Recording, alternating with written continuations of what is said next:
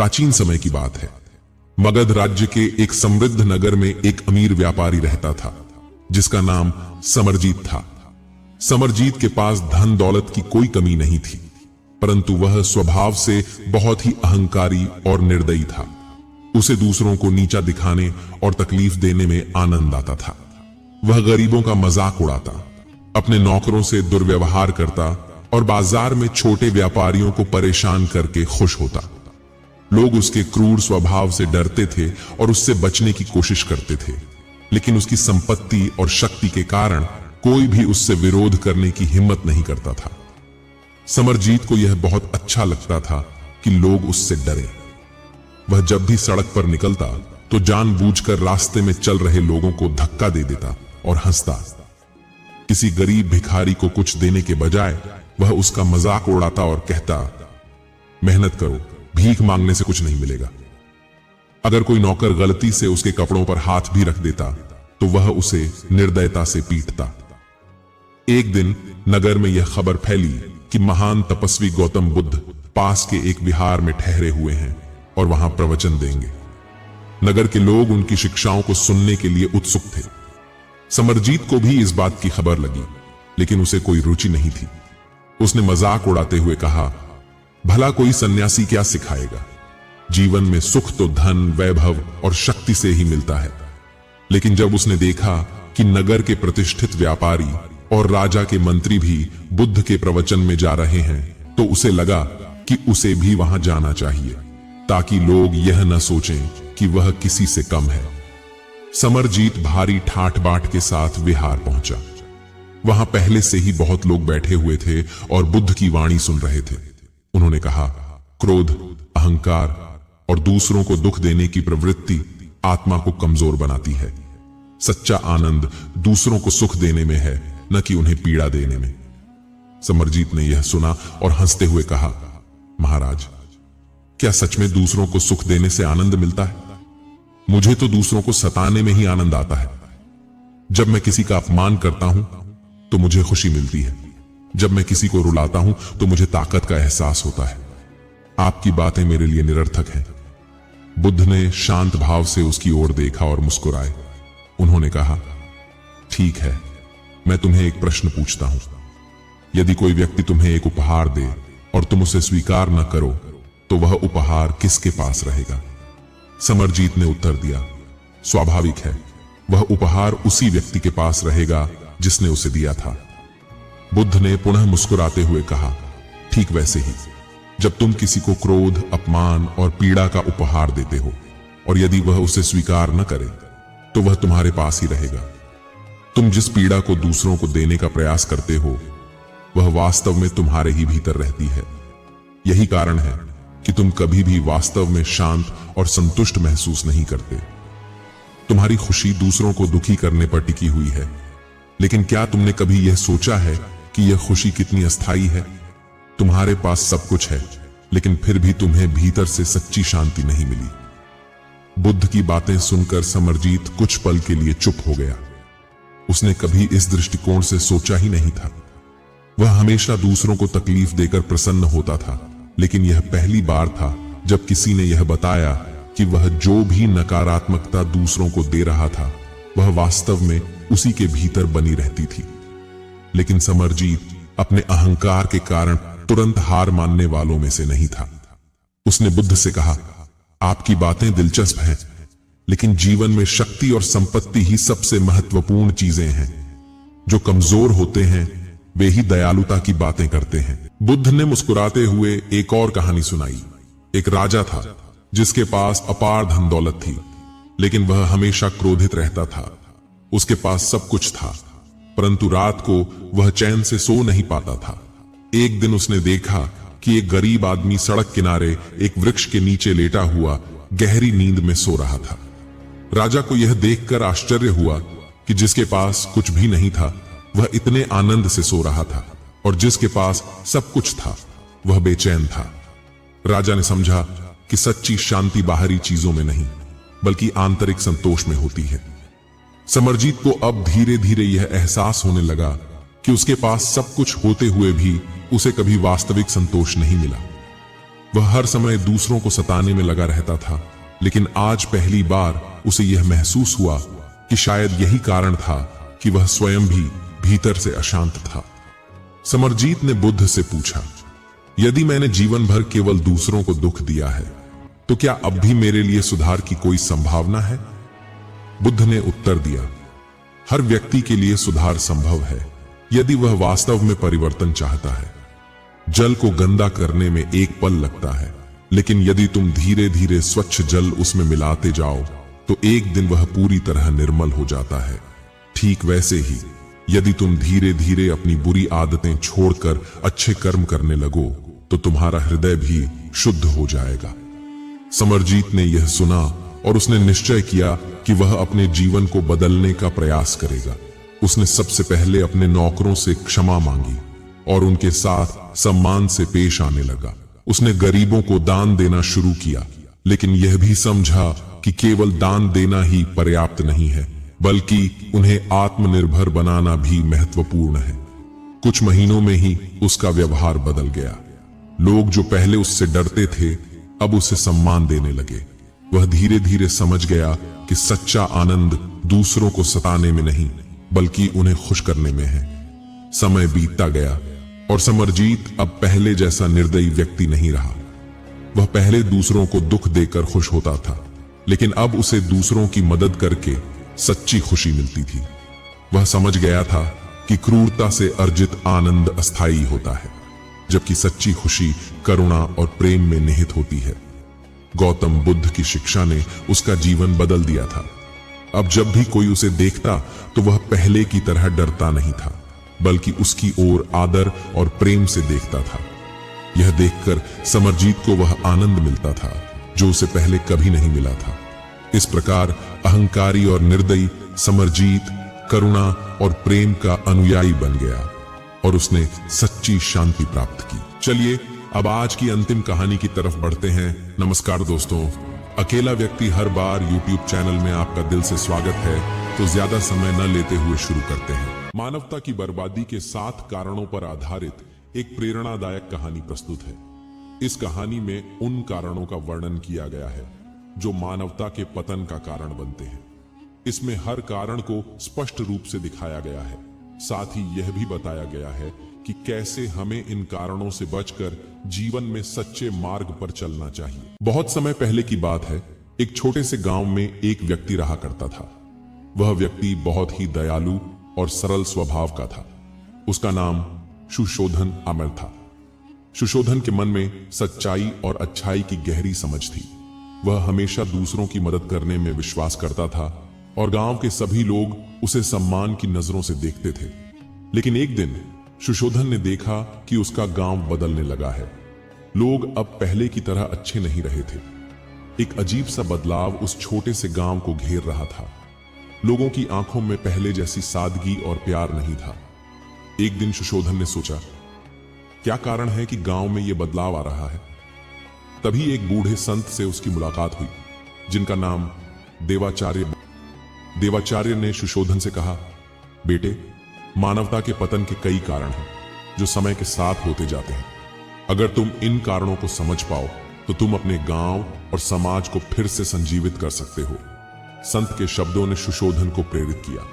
उसने तय किया कि वह इन 7 कारणों को समझेगा और गांव के लोगों को इनसे बचने के लिए जागरूक करेगा। पहला कारण, स्वार्थी प्रवृत्तियां। सुशोधन ने देखा कि गांव के लोग अब केवल अपने स्वार्थ के बारे में सोचने लगे थे। पहले लोग एक दूसरे की मदद करते थे, लेकिन अब हर कोई अपनी ही दुनिया में खो गया था। उन्होंने दूसरों की परेशानियों पर ध्यान देना छोड़ दिया था। संत देवाचार्य ने सुशोधन से कहा, स्वार्थी प्रवृत्तियां मानवता के पतन का पहला कारण है। जब लोग केवल अपने स्वार्थ में उलझे रहते हैं तो वे दूसरों के दुख दर्द को महसूस नहीं कर पाते। यही स्वार्थ दूसरों के साथ नफरत, दुश्मनी और ईर्ष्या को जन्म देता है। सुशोधन ने ठान लिया कि वह इस स्वार्थी प्रवृत्ति को गांव में फैलने नहीं देगा। वह सबको समझाने के लिए तैयार हो गया। दूसरा कारण, अहंकार और घमंड। सुशोधन ने देखा कि कुछ लोग अपने पद और प्रतिष्ठा के कारण अहंकार में डूबे हुए थे। वे खुद को दूसरों से श्रेष्ठ मानते थे और अपने आसपास के लोगों को तुच्छ समझते थे। देवाचार्य ने कहा, अहंकार और घमंड मानवता को नष्ट कर देते हैं। जब लोग अपने अहंकार में जीते हैं तो वे न केवल दूसरों के साथ गलत करते हैं बल्कि खुद की आत्मा का भी उल्लंघन करते हैं। सुशोधन ने समझाया कि अगर हम विनम्र रहकर दूसरों का सम्मान करें तो समाज में शांति और सद्भाव रहेगा। तीसरा कारण, अनैतिकता और भ्रष्टाचार। गांव में अब कुछ लोग दूसरों से ज्यादा लाभ लेने के लिए अनैतिक तरीके अपना रहे थे। भ्रष्टाचार ने यहां अपनी जड़ें फैलानी शुरू कर दी थी। देवाचार्य ने कहा, जब लोग अपनी नैतिकता और ईमानदारी खो देते हैं तो वे समाज के लिए खतरा बन जाते हैं। भ्रष्टाचार से न केवल व्यक्तिगत जीवन प्रभावित होता है बल्कि समाज में विश्वास का भी ह्रास होता है। सुशोधन ने इस पर विचार किया और लोगों को समझाया कि अगर हम ईमानदारी से काम करेंगे तो समाज में हर कोई तरक्की करेगा। चौथा कारण, बुरी संगत। सुशोधन ने देखा कि कुछ लोग बुरी संगत में फंस गए थे। वे उन लोगों के साथ समय बिता रहे थे जो सिर्फ नशा करते थे और समाज के लिए कुछ भी अच्छा नहीं कर रहे थे। देवाचार्य ने कहा, बुरी संगत में रहने से लोग बुरे विचारों और आदतों से प्रभावित हो जाते हैं। यह समाज की बुराई का कारण बनता है। सुशोधन ने यह समझाया कि बुरी संगत से हमें हमेशा दूर रहना चाहिए और अच्छे लोगों के साथ संबंध बनाना चाहिए। पांचवां कारण, अहिंसा का त्याग। गांव में लोग अब ज्यादा हिंसक हो गए थे। छोटी छोटी बातों पर झगड़े और लड़ाई होने लगी थी। देवाचार्य ने कहा, अहिंसा का त्याग करना समाज के लिए बहुत ही खतरनाक होता है। जब लोग एक दूसरे पर हिंसा करते हैं तो समाज का वातावरण भय और आतंक से भर जाता है। सुशोधन ने गांव वालों को समझाया कि हमें किसी भी परिस्थिति में हिंसा से बचना चाहिए और शांति से सभी समस्याओं का समाधान करना चाहिए। छठा कारण, शिक्षा का अभाव। गांव में लोग अब पढ़ाई लिखाई को महत्व नहीं दे रहे थे। शिक्षा का स्तर गिरता जा रहा था। देवाचार्य ने कहा, शिक्षा के बिना समाज का विकास नहीं हो सकता। जब लोग अपने बच्चों को शिक्षा नहीं देते तो वे केवल अंधकार में जीते हैं। सुशोधन ने लोगों से अपील की कि वे अपने बच्चों को अच्छी शिक्षा दें ताकि वे समाज में सकारात्मक बदलाव ला सकें। सातवां कारण, धार्मिक आस्थाओं का कमजोर होना। सुशोधन ने देखा कि लोग अब धार्मिक आस्थाओं को कमजोर करने लगे थे। पूजा पाठ और धार्मिक कर्मकांडों में भाग लेना बहुत कम हो गया था। देवाचार्य ने कहा, जब लोगों की धार्मिक आस्थाएं कमजोर हो जाती हैं तो वे जीवन के उद्देश्य को भूल जाते हैं। यह समाज के लिए बहुत ही खतरनाक होता है। सुशोधन ने गांव वालों को समझाया कि हमें अपने धर्म और आस्थाओं को मजबूत करना चाहिए ताकि हम सच्चे मार्ग पर चल सकें। सुशोधन ने संत देवाचार्य की बातों को ध्यान से सुना और समझा। उसने गांव में इन 7 कारणों के बारे में सभी को बताया। धीरे धीरे गांव के लोग जागरूक हुए और उन्होंने इन कारणों से बचने की ठानी। सुशोधन ने जो कदम उठाए उससे गांव में बदलाव आया। लोग एक दूसरे की मदद करने लगे, अहंकार और घमंड से दूर रहे, ईमानदारी और शिक्षा को महत्व दिया और सबसे महत्वपूर्ण बात यह थी कि वे शांति और धर्म के मार्ग पर चलने लगे। यह कहानी हमें यह सिखाती है कि अगर हम मानवता के पतन के इन कारणों से बचें तो हम अपने समाज और दुनिया को एक बेहतर स्थान बना सकते हैं। मानव सभ्यता ने प्रगति की कई ऊंचाइयों को छुआ है, लेकिन अक्सर यह सफलता किसी न किसी नैतिक या मानवीय आधार को नजरअंदाज कर हासिल की गई है। जब व्यक्ति या समाज अपने मूल सिद्धांतों से भटक जाता है तो वह बर्बादी की ओर अग्रसर हो जाता है। गौतम बुद्ध ने हजारों वर्ष पहले मनुष्य की बर्बादी के उन 7 कारणों की पहचान की थी जो आज भी उतने ही प्रासंगिक हैं। ये 7 कारण हैं: सिद्धांतों के बिना राजनीति, श्रम के बिना धन, विवेक के बिना सुख, चरित्र के बिना ज्ञान, नैतिकता के बिना व्यापार, मानवीयता के बिना विज्ञान और त्याग के बिना पूजा। ये केवल शब्द नहीं बल्कि चेतावनी है। यदि इन्हें नजरअंदाज किया जाए तो न केवल व्यक्ति बल्कि पूरी सभ्यता को विनाश का सामना करना पड़ सकता है। सिद्धांतों के बिना राजनीति लोगों को स्वार्थ और छल के जाल में फंसा देती है।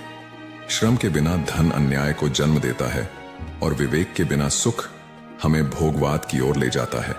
नैतिकता के बिना व्यापार और मानवीयता के बिना विज्ञान समाज को अनैतिकता और असमानता की खाई में धकेल देते हैं। अंत में त्याग के बिना पूजा केवल दिखावा बनकर रह जाती है। यह विचार न केवल जीवन के हर पहलू में संतुलन बनाए रखने की जरूरत को रेखांकित करता है, बल्कि यह भी सिखाता है कि किसी भी प्रगति की बुनियाद नैतिकता, ईमानदारी और मानवता पर होनी चाहिए। बर्बादी के इन कारणों को समझना और इन्हें टालना ही सच्चे सुख और सफलता की कुंजी है। यह कहानी एक छोटे से गांव में रहने वाले युवा व्यापारी शांतनु की है, जो बुद्ध के बताए 7 बर्बादी के कारणों से शिक्षा पाता है। यह कहानी हमें जीवन में विवेक, संतुलन और नैतिकता का महत्व सिखाती है। तो चलिए हम आपको इस कहानी के माध्यम से समझाते हैं कि वह 7 कारण कौन से हैं जिससे मनुष्य बर्बादी की राह पर चला जाता है। तो चलिए शुरू करते हैं। शांतनु अपने गांव का सबसे सफल व्यापारी था। उसकी आय बढ़ रही थी और वह लगातार नई संपत्तियां खरीद रहा था, लेकिन उसकी सफलता के साथ उसका अभिमान भी बढ़ता गया।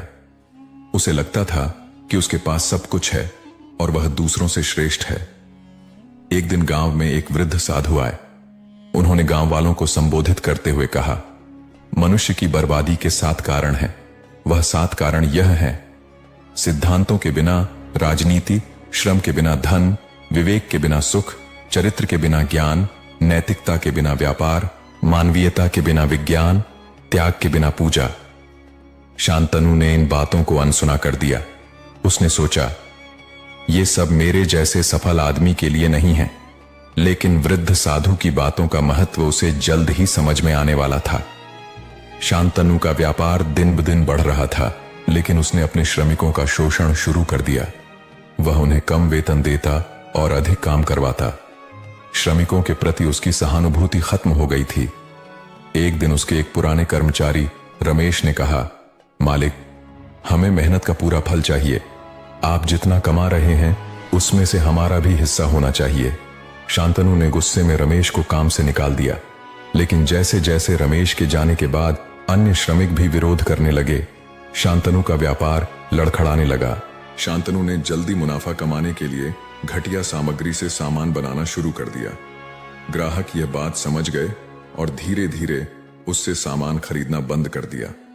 एक दिन गांव के एक बुजुर्ग ग्राहक ने कहा, शांतनु, व्यापार केवल लाभ कमाने का साधन नहीं है, यह विश्वास का आधार है। नैतिकता के बिना व्यापार तुम्हारी बर्बादी का कारण बनेगा। शांतनु ने उस बुजुर्ग की बात पर हंसते हुए कहा, मुझे व्यापार करना तुमसे बेहतर आता है। लेकिन कुछ ही महीनों में उसका व्यापार ठप हो गया। अपनी असफलता से परेशान होकर शांतनु ने शराब और जुए में खुद को डुबो दिया। वह हर दिन शराब पीता और अपना दुख भूलने की कोशिश करता, लेकिन यह सुख क्षणिक था।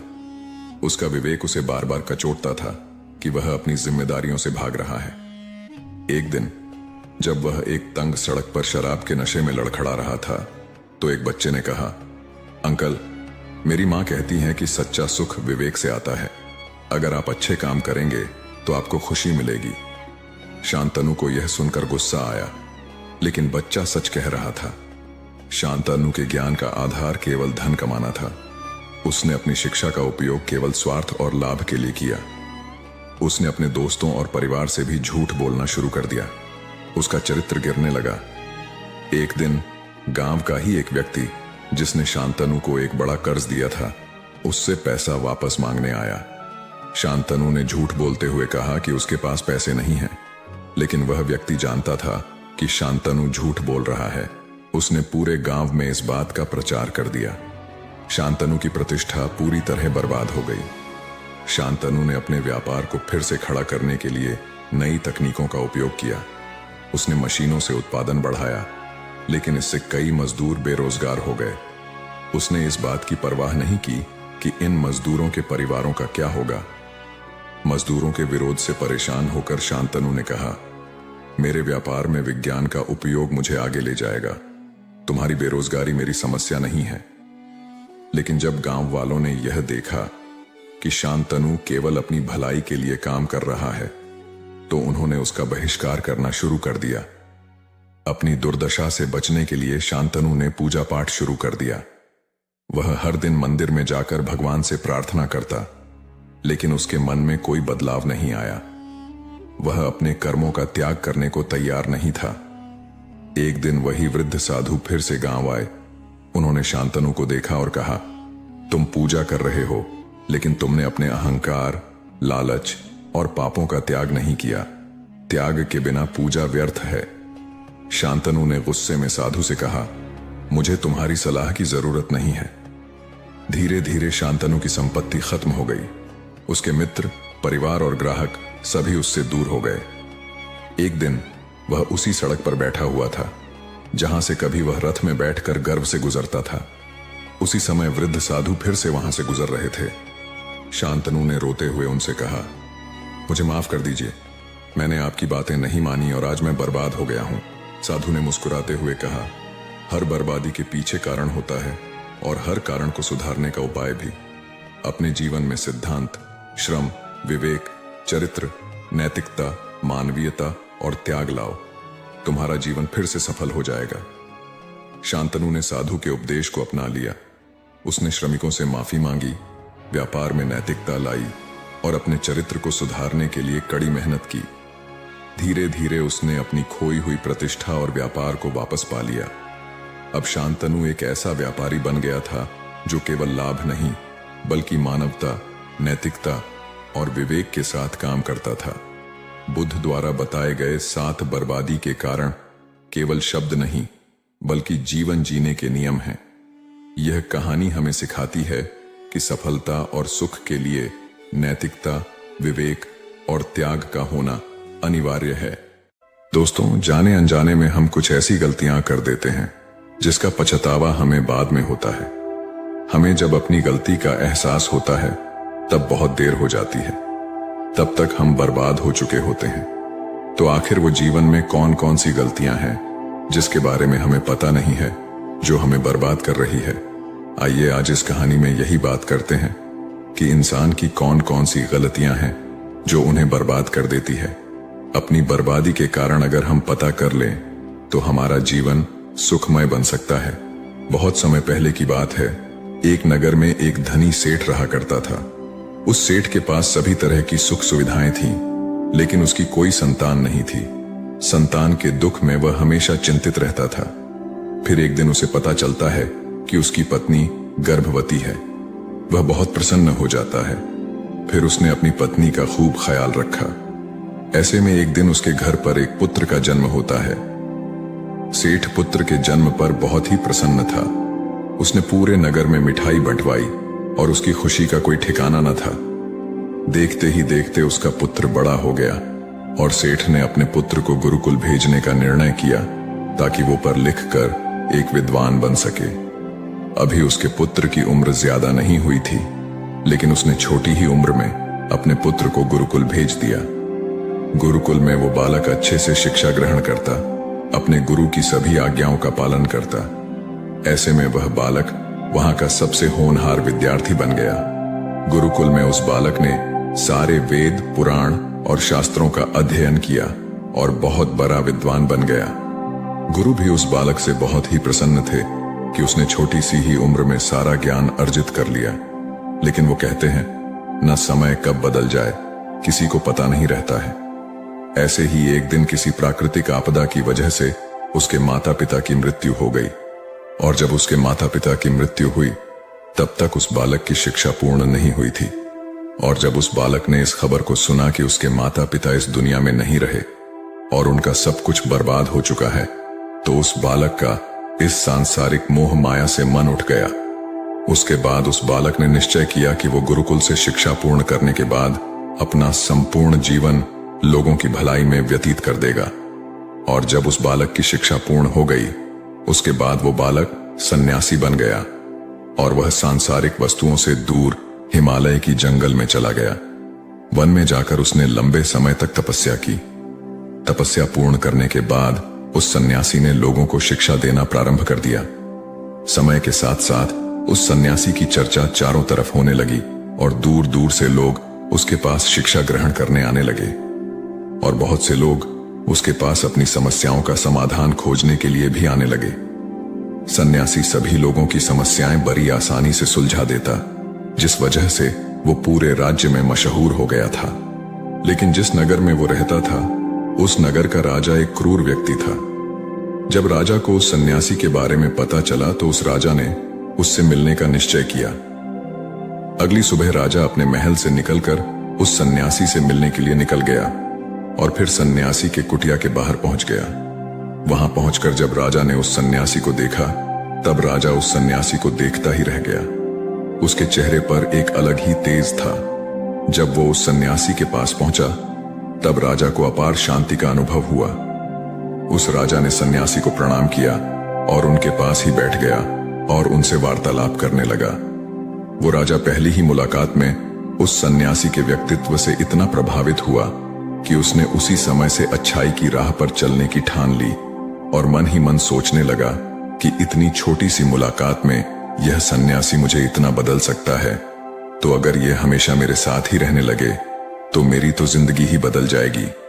और यही सोचकर राजा सन्यासी से महल चलने का आग्रह करने लगा। राजा का आग्रह सुनकर सन्यासी मना नहीं कर पाया और वह राजमहल चलने को तैयार हो गए। फिर राजा सन्यासी को लेकर राजमहल की ओर चल दिया। राजमहल पहुंचने पर राजा ने सन्यासी का खूब आदर सत्कार किया और उसके बाद राजा ने सन्यासी को एक सही कमरे में भोजन करवाया।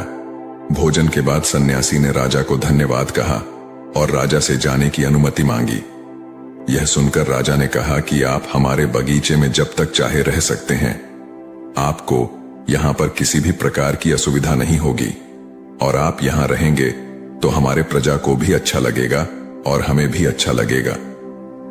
यह सुनकर सन्यासी ने राजा का प्रस्ताव स्वीकार कर लिया। उसके बाद राजा ने सेवकों से कहा कि सन्यासी महाराज के लिए बगीचे में रहने का, खाने का, वस्त्र इत्यादि का प्रबंध किया जाए। राजा की आज्ञा के अनुसार सेवकों ने एक सुंदर कुटिया का निर्माण कर दिया। उसके बाद वह सन्यासी उसी कुटिया में रहने लगे। सन्यासी को उस कुटिया में रहते रहते कई साल बीत गए और इस दौरान राजा ने उनकी खूब सेवा की। एक बार एक आवश्यक काम की वजह से राजा और रानी को किसी दूसरे राज्य में जाना पड़ा, इसलिए उन्होंने एक सेवादार को सन्यासी की सेवा में नियुक्त कर दिया। पर वो सेवादार राजा के जाने के बाद बीमार पड़ गया और अपने घर चला गया और कभी लौटकर वापस नहीं आया। ऐसे में राजा जब वापस आया तो सन्यासी क्रोध के मारे उस राजा को बहुत कुछ सुनाया और राजा से कहा कि हे राजन, जो जिम्मेदारी तुम पूरा नहीं कर सकते तो उसे उठाते ही क्यों हो। तब राजा ने सन्यासी से क्षमा मांगते हुए कहा, हे गुरुदेव, यदि मुझसे कोई भूल हो गई हो तो उसके लिए मैं आपसे क्षमा मांगता हूं। मुझे क्षमा कर दीजिए और आप अपना क्रोध शांत कीजिए और कृपा करके बताइए कि आपको क्या कष्ट हुआ है। यह सुनकर उस सन्यासी ने कहा कि तुम्हारे जाने के बाद मुझे यहां पर किसी ने भोजन नहीं दिया और मैं बहुत दिनों तक भूखा ही रहा। मुझे यहां पर आकर किसी ने पूछा तक नहीं कि मैं किस हाल में हूं। यह सुनकर राजा ने सन्यासी से फिर से क्षमा मांगे और कहा, हे गुरुदेव, आज के बाद ऐसी कोई गलती नहीं होगी। और इसके बाद मामला शांत हो गया। जब राजा और सन्यासी के बीच वार्तालाप हो रही थी, तब रानी भी ये सारी बातें चुपके से सुन रही थी और सब कुछ देख रही थी। उसके बाद राजा ने उस सन्यासी को कोई भी शिकायत का मौका नहीं दिया और उसकी खूब सेवा की। परंतु कुछ दिनों बाद राजा को फिर किसी आवश्यक कार्य से अपने राज्य से बाहर जाना पड़ा। लेकिन इस बार राजा ने राज्य से बाहर जाने से पहले अपने रानी को कहा कि जब तक मैं नहीं आऊं तब तक आप स्वयं सन्यासी की देखभाल करोगी। यह सुनकर रानी ने कहा कि जी महाराज, आप निश्चिंत होकर जाइए, मैं सन्यासी महाराज की अच्छे से सेवा करूंगी। उसके बाद रानी हर रोज भोजन बनाकर सन्यासी को भेज देती थी। लेकिन एक दिन रानी नहाने के लिए चली गई और सन्यासी को भोजन देना भूल गई। सन्यासी ने काफी देर तक भोजन का इंतजार किया, लेकिन जब भोजन नहीं आया तो सन्यासी सोच में पड़ गया कि आज खाना क्यों नहीं आया। उसके बाद सन्यासी ने सोचा कि वो खुद महल में जाकर देखेगा कि आखिर अब तक खाना क्यों नहीं आया, और फिर वह महल पहुंच गया। जब वो महल के अंदर दाखिल हुआ, वहां उसकी नजर रानी पर पड़ी। रानी के लंबे लंबे घने काले बाल जो कि उसके कमर पर लहरा रही थी, उसकी कजरारी आंखें जो देखने मात्र से किसी को भी घायल कर दे, उसकी हिरनी जैसी चाल, रानी के इतने सुंदर रूप को देखकर सन्यासी चकित हो गया और रानी की सुंदरता सन्यासी के मन में घर कर गई और वह वहां से बिना कुछ कहे ही अपनी कुटिया में लौट आया। सन्यासी रानी के रूप की सुंदरता को भुला ना सका और वह खाना पीना छोड़कर अपनी कुटिया में पड़ा रहा। सन्यासी अपने विचारों के चलते कई दिनों तक कुछ नहीं खाया, जिस वजह से वो बहुत कमजोर हो गया। फिर कुछ समय बाद राजा वापस लौटे और जब उन्हें सन्यासी की हालत का पता चला तो वह सीधे सन्यासी से मिलने उनके कुटिया के पास पहुंच गए और बोले कि हे गुरुदेव, क्या बात है, आपको क्या हो गया है और आप इतने कमजोर कैसे हो गए? आखिर आपको किस बात की चिंता है? किस गहरी सोच में डूबे हुए हो? क्या मुझसे कोई भूल हो गई है? तब सन्यासी ने कहा कि नहीं राजन, आपसे कोई भूल नहीं हुई है। यह सुनकर राजा ने कहा, तो फिर आखिर क्या बात है, आप मुझे बताइए, मैं आपकी परेशानी जरूर हल करूंगा। यह सुनकर सन्यासी ने राजा से कहा कि हे राजन, मैं आपके रानी की अद्भुत सुंदरता को देखकर उनके विचारों में खो गया हूं और अब मैं रानी के बिना जिंदा भी नहीं रह सकता। यह बातें सुनकर राजा हैरान रह गया और कुछ देर सोचने के बाद राजा ने उस सन्यासी से कहा, मैं आपको रानी दे दूंगा। यह बात सुनते ही सन्यासी बहुत प्रसन्न हो गया। फिर राजा सन्यासी को लेकर महल चले गए और जब राजा सन्यासी को लेकर महल पहुंचे, उस दिन रानी ने सबसे सुंदर वस्त्र पहनी हुई थी। फिर राजा रानी के पास पहुंचे और रानी से कहा कि आपको इस सन्यासी की मदद करनी चाहिए। यह बहुत कमजोर पड़ गए हैं और मैं नहीं चाहता कि किसी ज्ञानी पुरुष की हत्या का कलंक मेरे सर पर लगे। उसके बाद राजा ने रानी से पूछा कि क्या आप इस कलंक को अपने सिर लेना चाहेंगे? राजा की यह बात सुनकर रानी ने राजा से पूछा कि आखिर इस सन्यासी के दुख का कारण क्या है? तब राजा ने रानी से कहा कि सन्यासी आपके अद्भुत सुंदरता के दीवाने हो गए हैं। राजा की यह बात सुनकर रानी ने कहा, राजन आप चिंता न करें, अब आप सब कुछ मेरे ऊपर छोड़ दीजिए। मुझे पता है कि मुझे अब क्या करना है। उससे आपके ऊपर न तो सन्यासी के हत्या का पाप लगेगा और न ही उससे मेरी पवित्रता का नाश होगा। रानी की यह बात सुनकर राजा ने रानी को सन्यासी को सौंप दिया। उसके बाद सन्यासी रानी को लेकर कुटिया में पहुंचे। कुटिया के अंदर दाखिल होकर रानी ने सन्यासी से कहा कि हमें रहने के लिए घर चाहिए, हम इस झोपड़ी में नहीं रह सकते।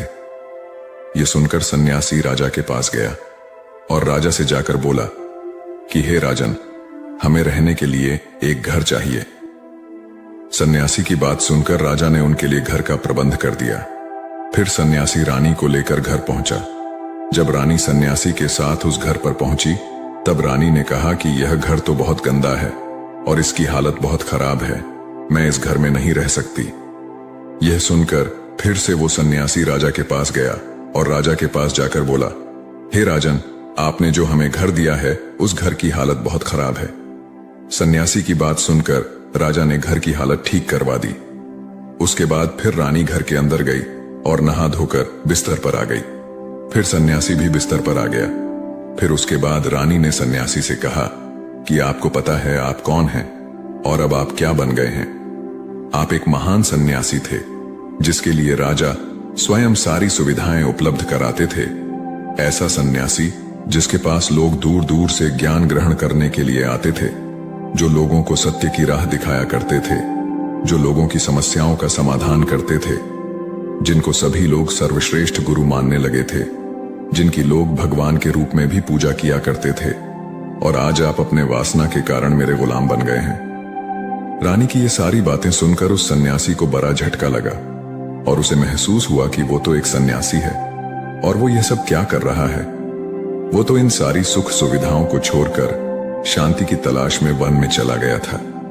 जब सन्यासी को सुध-बुध आई तो वो जोर जोर से रोने लगा और चिल्लाने लगा और रानी से कहने लगा, मुझे क्षमा कीजिए महारानी, मैं ये क्या करने जा रहा था। मैं अभी इसी वक्त आपको राजा के पास सौंप कर आता हूं। सन्यासी की यह बात सुनकर रानी ने सन्यासी से प्रश्न किया कि हे गुरुदेव, मेरे मन में भी एक प्रश्न उठ रहा है, कृपया मेरे प्रश्न का उत्तर दीजिए। रानी की यह बात सुनकर सन्यासी ने कहा, पूछो, तुम्हारा क्या प्रश्न है? फिर रानी ने कहा, जब आपको उस दिन भोजन नहीं मिला तो आप बहुत क्रोधित हो गए थे। तब मैंने आपका यह रूप पहली बार देखा था और तभी से मैं आपके व्यवहार में परिवर्तन महसूस कर रही हूं। ऐसा क्यों हुआ? गुरुदेव, आखिर आपको इतना क्रोध क्यों आया? आपने तो शांति की प्राप्ति कर ली थी। रानी की बातें सुनकर सन्यासी ने कहा कि जब मैं वन में था तो मुझे समय पर भोजन नहीं मिलता था, लेकिन जब मैं महल में आया तो महल में आने के बाद मुझे सारी सुख सुविधाएं प्राप्त हुई और फिर मैं इन सभी सुख सुविधाओं के आदी हो गया और मुझे इसके प्रति लगाव उत्पन्न हो गया और फिर मुझे इसको पाने का लालच उत्पन्न हो गया और जब मुझे यह नहीं मिला तो मेरे अंदर क्रोध उत्पन्न हो गया। फिर सन्यासी ने कहा, महारानी, अगर इच्छा पूरी ना हो तो क्रोध उत्पन्न होता है और अगर इच्छा पूरी हो जाए तो लालच बढ़ जाता है। सन्यासी ने आगे कहा, यह इच्छा की पूर्ति ही मुझे वासना के द्वार पर ले आई है और मैं आपके प्रति आकर्षित हो गया। इसके बाद वो सन्यासी रानी को लेकर राजा के पास पहुंचा और बोला, हे राजन, मुझे क्षमा कर दीजिए, मुझे अपनी गलती का एहसास हो गया है। ये लो आपकी रानी, मुझे यह सब नहीं चाहिए। मैं अपनी इच्छा में वशीभूत होकर यह गलत कार्य करने जा रहा था और अपने जीवन को बर्बाद कर रहा था, लेकिन अब मुझे सब कुछ समझ आ गया है। उसके बाद उस सन्यासी ने कहा कि हे राजन, मनुष्य की बर्बादी का कारण उसकी 4 आदतें बनती है और दुनिया के हर एक व्यक्ति के अंदर ये 4 अवगुण होते हैं, लेकिन जो व्यक्ति इन पर नियंत्रण पा लेता है वह दुख और परेशानियों से बच जाता है और वहीं जो व्यक्ति इन 4 दोषों पर नियंत्रण नहीं कर पाता है वो बर्बाद होने के कगार पर पहुंच जाता है। यह सुनकर राजा ने कहा, हे गुरुदेव, आप मुझे वह 4 आदतें बताइए जिससे मनुष्य की बर्बादी हो जाती है।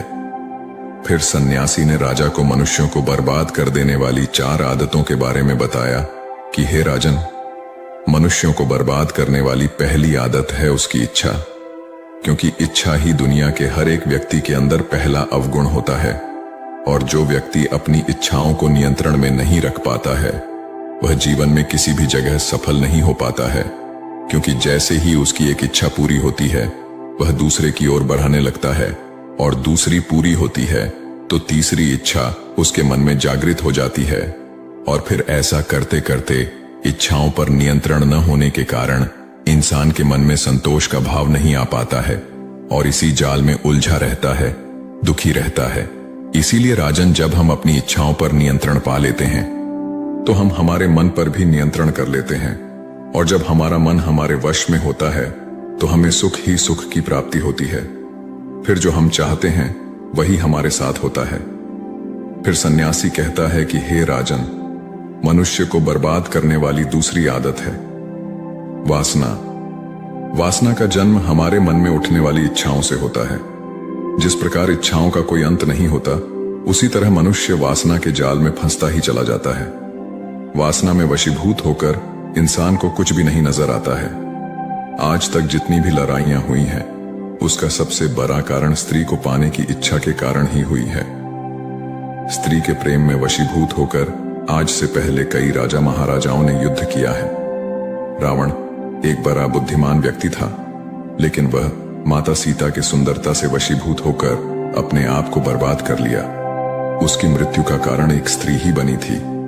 कई राजा महाराजा तो युद्ध में इसलिए हार गए क्योंकि वो लोग स्त्रियों से रासलीला रचाने में ही रह गए। ईश्वर ने तो स्त्री की उत्पत्ति इस संसार को बनाने के लिए की है, लेकिन आजकल लोगों ने इसे अपना वासना का रूप बना लिया है।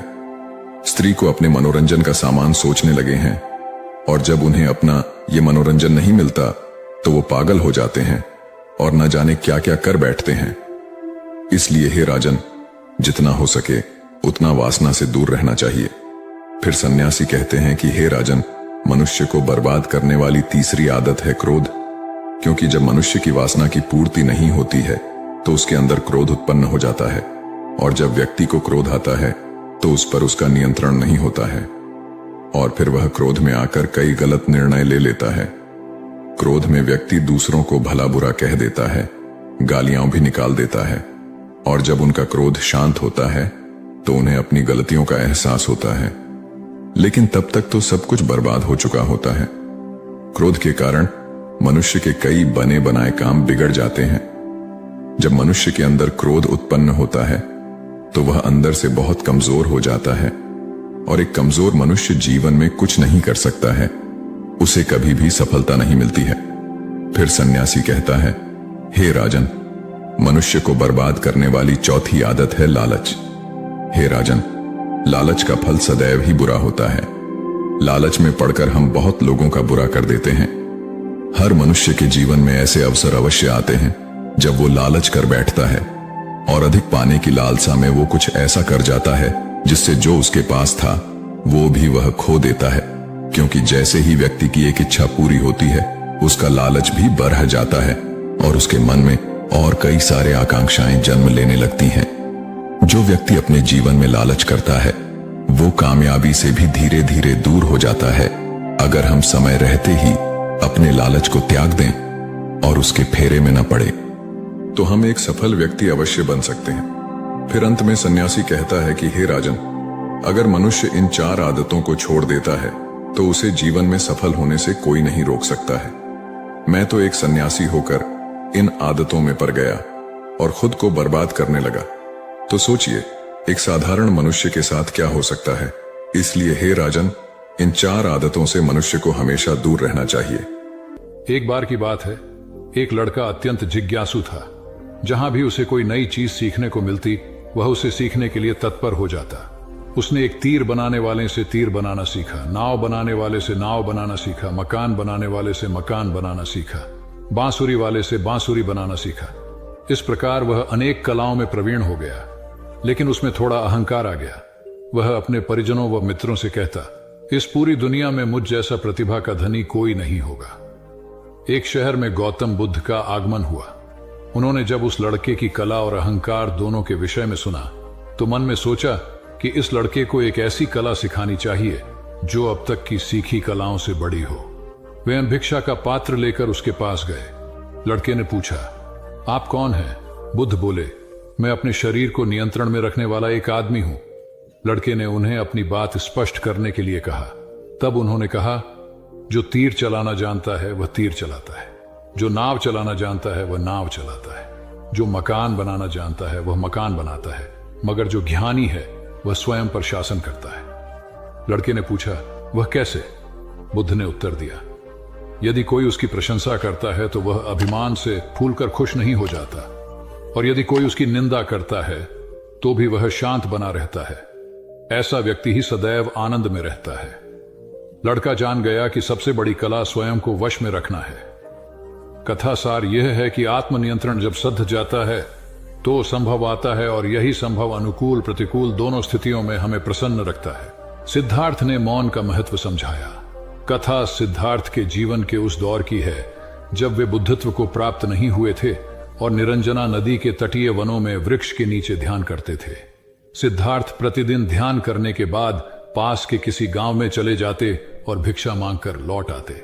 कुछ दिनों के बाद उन्होंने भिक्षाटन पर जाना बंद कर दिया, क्योंकि एक गांव के प्रधान की छोटी बेटी सुजाता उनके लिए नित्य भोजन लाने लगी। सिद्धार्थ को वह बड़े स्नेह से भोजन कराती थी। कुछ दिनों बाद उसी गांव का एक चरवाहा भी सिद्धार्थ से प्रभावित होकर उनके पास आने लगा। उसका नाम स्वस्थ था। एक दिन स्वस्थ से सिद्धार्थ बातें कर रहे थे कि सुजाता भोजन लेकर आई। जैसे ही सिद्धार्थ ने भोजन करना शुरू किया, उन्होंने बातचीत बंद कर दी। जितनी देर तक वे भोजन करते रहे बिल्कुल चुप रहे और वहां सन्नाटा छाया रहा। स्वस्थ को हैरानी हुई। उसने सिद्धार्थ के भोजन करने के उपरांत उनसे पूछा, गुरुदेव, आप मेरे आने के बाद निरंतर वार्तालाप करते रहे, किंतु भोजन के समय एक शब्द भी नहीं बोले। इसका क्या कारण है? सिद्धार्थ बोले, भोजन का निर्माण बड़ी कठिनाई से होता है। किसान पहले बीज बोता है, फिर पौधों की रखवाली करता है, और तब कहीं जाकर अनाज पैदा होता है। फिर घर की महिलाएं उसे बड़े जतन से खाने योग्य बनाती हैं। इतनी कठिनाई से तैयार भोजन का पूरा आनंद तभी संभव है जब हम पूर्णतः मौन हों। भोजन के दौरान मैं मौन रहकर उसका पूरा स्वाद लेता हूं। वस्तुतः शांति से किया गया भोजन न केवल शारीरिक भूख को तृप्त करता है, बल्कि मानसिक आनंद और सात्विक ऊर्जा भी देता है। बुद्ध ने संयम रखना सिखाया।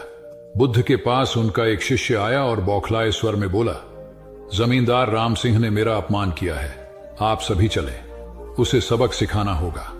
बुद्ध बोले, प्रियवर, सच्चे बौद्ध का अपमान करने की शक्ति किसी में नहीं होती। तुम इस बात को भुला दो। जब प्रसंग भुला दोगे तो अपमान कहां बचा रहेगा। शिष्य ने कहा, उसने आपके प्रति भी अपशब्दों का प्रयोग किया था। आप चलिए तो सही। आपको देखते ही वह शर्मिंदा हो जाएगा और क्षमा मांग लेगा। इससे मैं संतुष्ट हो जाऊंगा। बुद्ध कुछ विचार कर बोले, अच्छा, यदि ऐसी बात है तो मैं अवश्य ही राम जी के पास चलकर उसे समझाने का प्रयास करूंगा। शिष्य ने आतुर होकर कहा, चलिए, नहीं तो रात हो जाएगी। बुद्ध ने कहा, रात आएगी तो क्या, रात के पश्चात दिन भी तो आएगा। यदि तुम वहां चलना आवश्यक ही समझते हो तो मुझे कल याद दिलाना, कल चलेंगे। दूसरे दिन बात आई गई हो गई। शिष्य अपने काम में लग गया और बुद्ध अपनी साधना में लीन हो गए। दोपहर होने पर बुद्ध ने शिष्य से पूछा, आज राम जी के पास चलना है? शिष्य ने कहा, नहीं, मैंने जब घटना पर फिर से विचार किया तो मुझे इस बात का आभास हुआ कि भूल मेरी ही थी। अब राम जी के पास चलने की कोई जरूरत नहीं है। बुद्ध ने मुस्कुराकर कहा, अगर हम तुरंत प्रतिक्रिया देने से बचें तो हमारे भीतर की कटुता समाप्त हो जाती है। शिष्य बुद्ध का आशय समझ उनके प्रति नतमस्तक हो गया। ध्यान और सावधानी का रहस्य। महात्मा गौतम बुद्ध के श्रावस्ती में प्रवचन चल रहे थे। प्रवचन में नित्य ही बड़ी संख्या में लोग आते और विविध महत्वपूर्ण व गंभीर विषयों पर बुद्ध से ज्ञान ग्रहण करते। बुद्ध का शिष्य वर्ग भी काफी विशाल था, जो प्रवचन स्थल की व्यवस्था संभालता और बुद्ध की सेवा में सदैव तत्पर रहता। एक बार रात के समय महात्मा बुद्ध प्रवचन दे रहे थे। सदैव की भांति काफी लोग उनके प्रवचन सुन रहे थे। एक व्यक्ति जो बुद्ध के ठीक सामने बैठा था, बार बार नींद के झोंके ले रहा था। बुद्ध थोड़ी देर तक तो प्रवचन देते रहे, फिर उससे बोले, वत्स, सो रहे हो? उस व्यक्ति ने हड़बड़ाकर कहा, नहीं महात्मा। बुद्ध ने पुनः प्रवचन प्रारंभ किए। वह व्यक्ति फिर ऊँघने लगा। महात्मा ने फिर वही प्रश्न दोहराया और उसने फिर अचकचाकर नहीं महात्मा कहा। ऐसा लगभग 8-10 बार हो गया। कुछ देर बाद बुद्ध ने उससे पूछा, वत्स, जीवित हो? हर बार की तरह इस बार भी उसने कहा, नहीं महात्मा। यह सुनकर उपस्थित श्रोताओं में हंसी की लहर दौड़ गई और वह व्यक्ति पूर्णतः चैतन्य हो गया। तब बुद्ध गंभीर होकर बोले, वत्स, निद्रा में तुम्हारे मुख से सही उत्तर मिल ही गया। जो निद्रा में है वह मृतक समान ही है। महात्मा बुद्ध का संकेत था कि गुरु से ज्ञान ग्रहण करते वक्त सजगता अत्यंत आवश्यक है। गाफिल रहने की स्थिति में ज्ञान की प्राप्ति पूर्ण नहीं होती और अधकचरा ज्ञान सदैव खतरनाक साबित होता है। एक क्रोधी ने बौद्ध धर्म अपनाया। बौद्ध भिक्षु बोधि धर्म भ्रमण करते हुए एक गांव में पहुंचे। लोग उनका बहुत आदर करते थे। बोधि धर्म व उनके शिष्यों का ग्रामीणों ने हार्दिक सत्कार किया और फिर उनके पवित्र वचनों को सुनने के लिए उनके आसपास एकत्रित हो गए। बोधि धर्म लोगों को धर्म और आचरण विषयक अच्छी बातें सरल भाषा में समझाने लगे। तभी वहां एक व्यक्ति आया और बोधि धर्म को अपशब्द कहने लगा। उपस्थित जनसमूह ने उसे रोकने का बहुत प्रयास किया, किंतु वह नहीं माना तथा अनवरत बोधि धर्म को बुरा भला कहता रहा। लोगों ने कहा कि महाराज, यह व्यक्ति कितना उद्दंड है, निरर्थक ही आपको अपशब्द कह रहा है। बोधि धर्म उस व्यक्ति के इस आचरण पर कदापि क्रोधित नहीं हुए और लोगों से बोले कि यह भविष्य में मेरा सबसे बड़ा भक्त बनने वाला है। लोगों ने पूछा कि कैसे? बोधि धर्म ने उत्तर दिया, कोई कुम्हार के यहां घड़ा लेने जाता है तो घड़े को बजाकर देखा जाता है कि वह फूटा हुआ तो नहीं है। जब 1-2 रुपए के घड़े को कोई इतनी परख कर सकता है तो भला जिसे गुरु मानना है उसे 10-20 गालियां दिए बगैर कैसे पहचानेगा? पहले वह परीक्षा लेगा कि गुरु में धैर्य, आक्रोश व समता भाव कितना है। यह जानने के बाद ही तो वह गुरु को स्वीकारेगा। इसलिए यह व्यक्ति मुझे निरर्थक ही अपशब्द नहीं कह रहा है। और आगे चलकर वास्तव में वह व्यक्ति बोधि धर्म का सबसे बड़ा भक्त बना।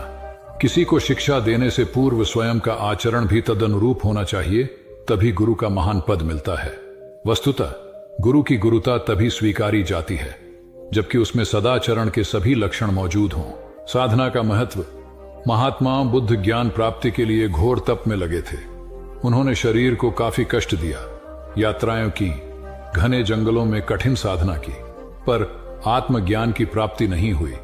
निराश हो बुद्ध सोचने लगे, मैंने अभी तक कुछ भी प्राप्त नहीं किया, अब आगे क्या कर पाऊंगा? निराशा, अविश्वास के इन नकारात्मक भावों ने उन्हें क्षुब्ध कर दिया। कुछ ही क्षणों के बाद उन्हें प्यास लगी। वे थोड़ी दूर स्थित एक झील तक पहुंचे। वहां उन्होंने एक दृश्य देखा कि एक नहीं सी गिलहरी के 2 बच्चे झील में डूब गए।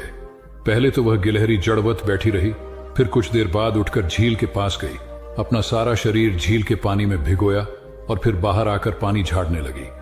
ऐसा वह बार बार करने लगी। बुद्ध सोचने लगे कि इस गिलहरी का प्रयास कितना मूर्खतापूर्ण है। क्या कभी यह इस झील को सुखा सकेगी? किंतु गिलहरी का यह क्रम लगातार जारी था। बुद्ध को लगा मानो गिलहरी कह रही हो कि यह झील कभी खाली होगी या नहीं, यह मैं नहीं जानती, किंतु मैं अपना प्रयास नहीं छोड़ूंगी। अतः उस छोटी सी गिलहरी ने भगवान बुद्ध को अपने लक्ष्य मार्ग से विचलित होने से बचा लिया। वे सोचने लगे कि जब यह नन्ही गिलहरी अपने लघु सामर्थ्य से झील को सुखा देने के लिए दृढ़ संकल्पित है, तो मुझ में क्या कमी है? मैं तो इससे 1000 गुना अधिक क्षमता रखता हूं। यह सोचकर गौतम बुद्ध पुनः अपनी साधना में लग गए और एक दिन बोधिवृक्ष तले उन्हें ज्ञान का आलोक प्राप्त हुआ। ये कथा असफलता के बावजूद प्रयासों की निरंतरता पर बल देती है। यदि हम प्रयास करना न छोड़े तो एक न एक दिन लक्ष्य की प्राप्ति हो ही जाती है। बुद्ध का समत्व भाव। गौ बुद्ध निर्जन जंगल में एक पहाड़ी पर बैठे ध्यान कर रहे थे। वहां चारों ओर शांति थी, कहीं कोई शोर नहीं था। ध्यान करने के लिए इससे उपयुक्त स्थान और कहीं नहीं हो सकता, यही सोचकर बुद्ध ने इसे चुना था। अचानक इस नीरवता को एक कोलाहल ने भंग कर दिया। कुछ दुष्चरित्र लोग एक वेश्या को लेकर वहां आमोद प्रमोद के लिए आ धमके। एक क्षण में वातावरण की पवित्रता भंग हो गई और शांति अशांति में बदल गई। उन लोगों ने मदिरापन शुरू कर दिया। इसी बीच वेश्या अवसर पाकर भाग गई। उन दुष्टों ने उसे वस्त्र विहीन कर दिया था। जब मदिरा का नशा थोड़ा उतरा तो वे लोग उसे खोजने निकले।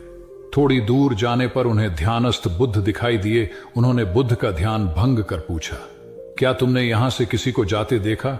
बुद्ध के नहीं कहने पर उन्होंने फिर पूछा, क्या तुमने एक सुंदर स्त्री को यहां से जाते देखा?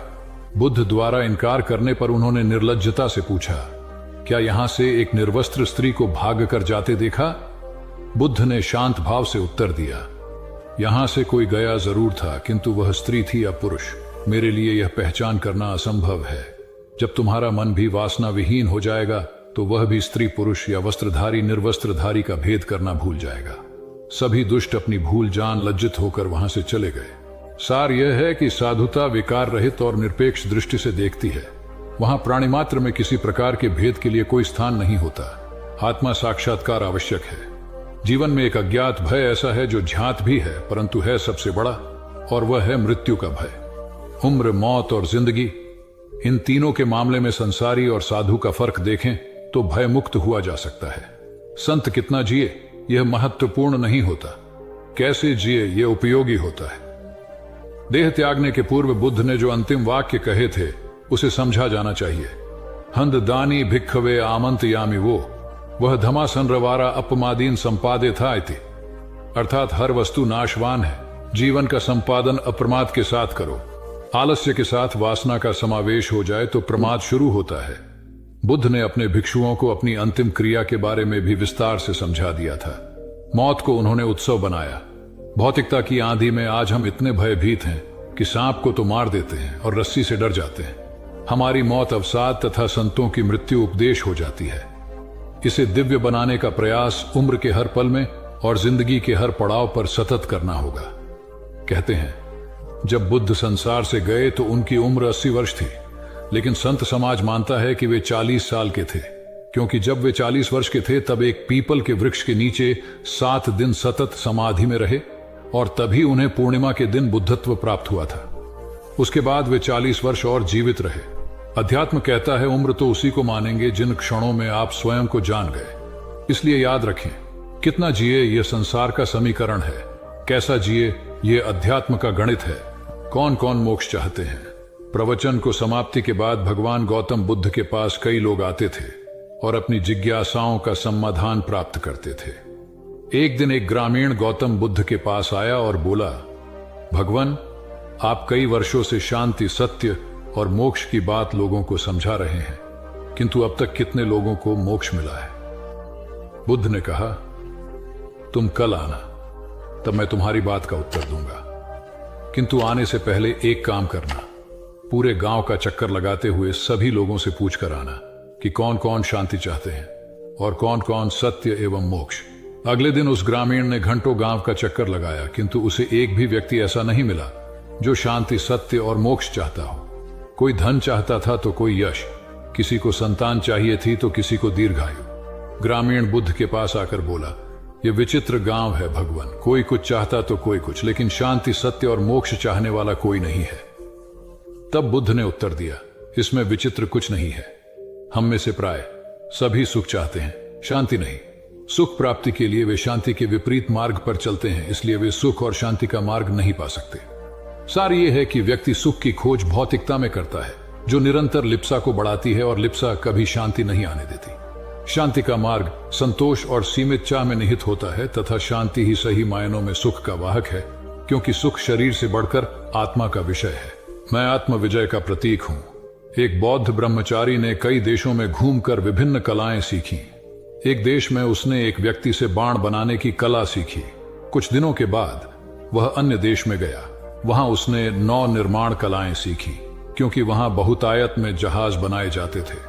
फिर वह किसी तीसरे देश में गया तो कई ऐसे व्यक्तियों के संपर्क में आया जो गृह निर्माण करते थे। यहां उसने गृह निर्माण कला सीखी। इस प्रकार वह 16 देशों में गया और कई कलाओं का झाता होकर लौटा। जब वह अपने देश पहुंचा तो अहंकार ग्रस्त हो लोगों से पूछता, इस संपूर्ण पृथ्वी पर मुझ जैसा कोई चतुर व्यक्ति है? भगवान बुद्ध ने उस युवा ब्रह्मचारी से घमंड की ऐसी अति देखकर उसे एक उच्चतर कला सिखानी चाहिए। वे एक वृद्ध भिखारी का वेश बनाकर हाथ में भिक्षा पत्र लिए उसके सामने गए। ब्रह्मचारी ने बड़े अभिमान से पूछा, कौन हो तुम? बुद्ध बोले, मैं आत्म विजय का पथिक हूं।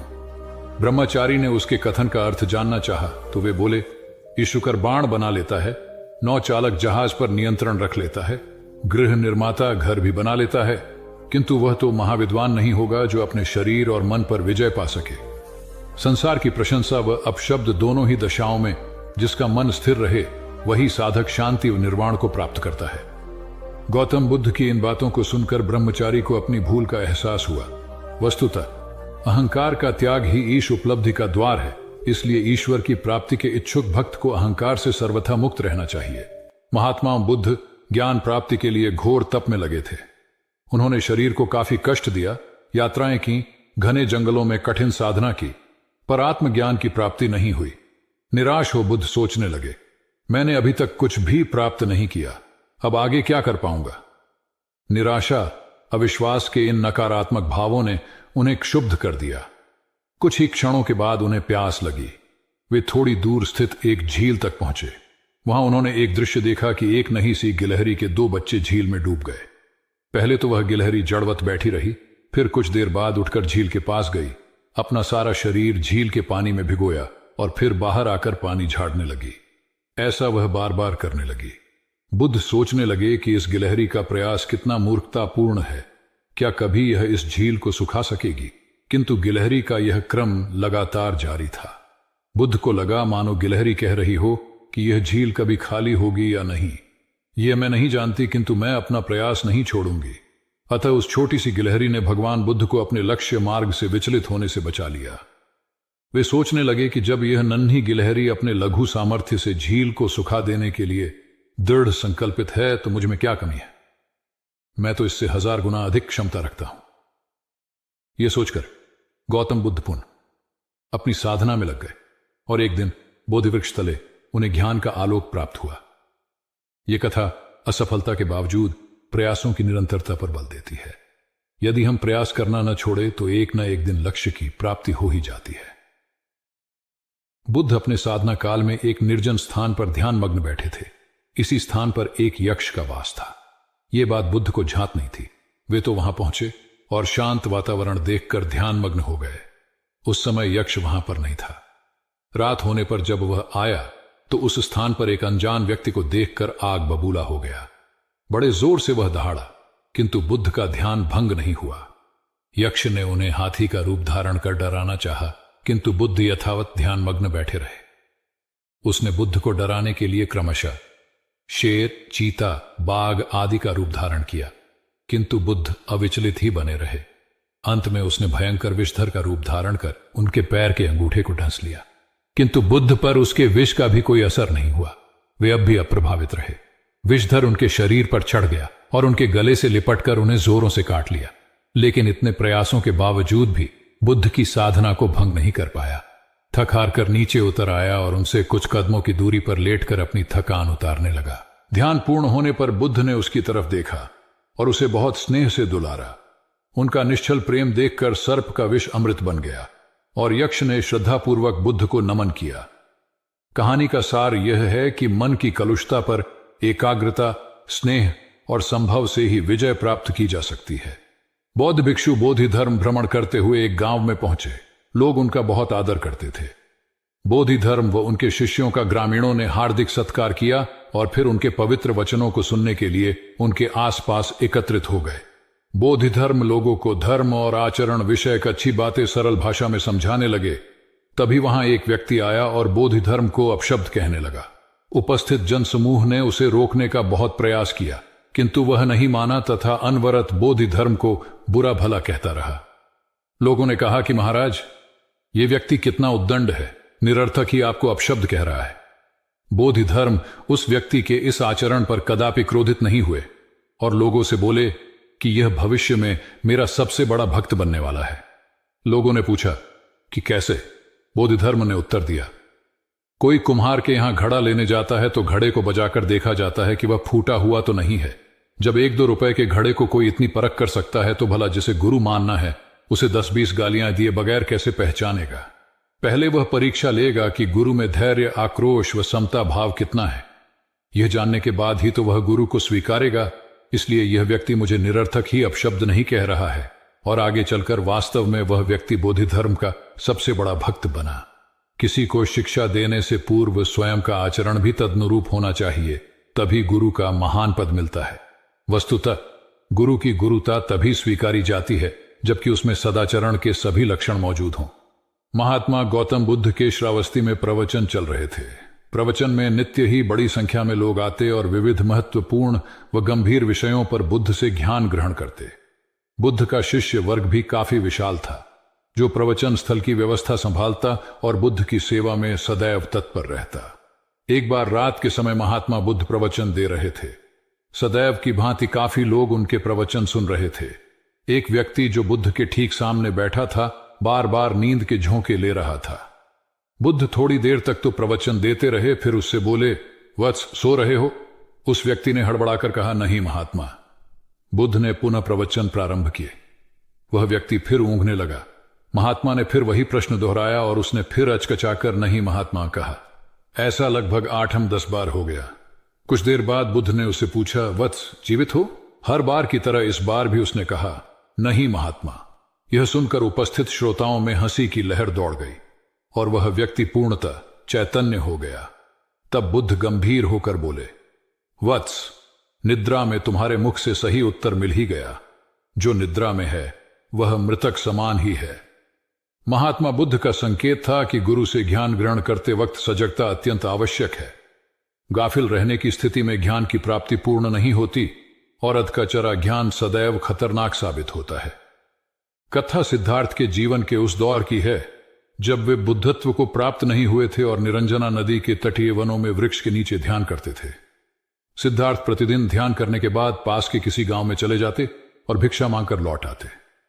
कुछ दिनों के बाद उन्होंने भिक्षाटन पर जाना बंद कर दिया, क्योंकि एक गांव के प्रधान की छोटी बेटी सुजाता उनके लिए नित्य भोजन लाने लगी। सिद्धार्थ को वह बड़े स्नेह से भोजन कराती थी। कुछ दिनों बाद उसी गांव का एक चरवाहा भी सिद्धार्थ से प्रभावित होकर उनके पास आने लगा। उसका नाम स्वस्थि था। एक दिन स्वस्थि से सिद्धार्थ बातें कर रहे थे कि सुजाता भोजन लेकर आई। जैसे ही सिद्धार्थ ने भोजन करना शुरू किया, उन्होंने बातचीत बंद कर दी। जितनी देर तक वे भोजन करते रहे, बिल्कुल चुप रहे और वहां सन्नाटा छाया रहा। स्वस्थि को हैरानी हुई। उसने सिद्धार्थ के भोजन करने के उपरांत उनसे पूछा, गुरुदेव, आप मेरे आने के बाद निरंतर वार्तालाप करते रहे, किंतु भोजन के समय एक शब्द भी नहीं बोले। इसका क्या कारण है?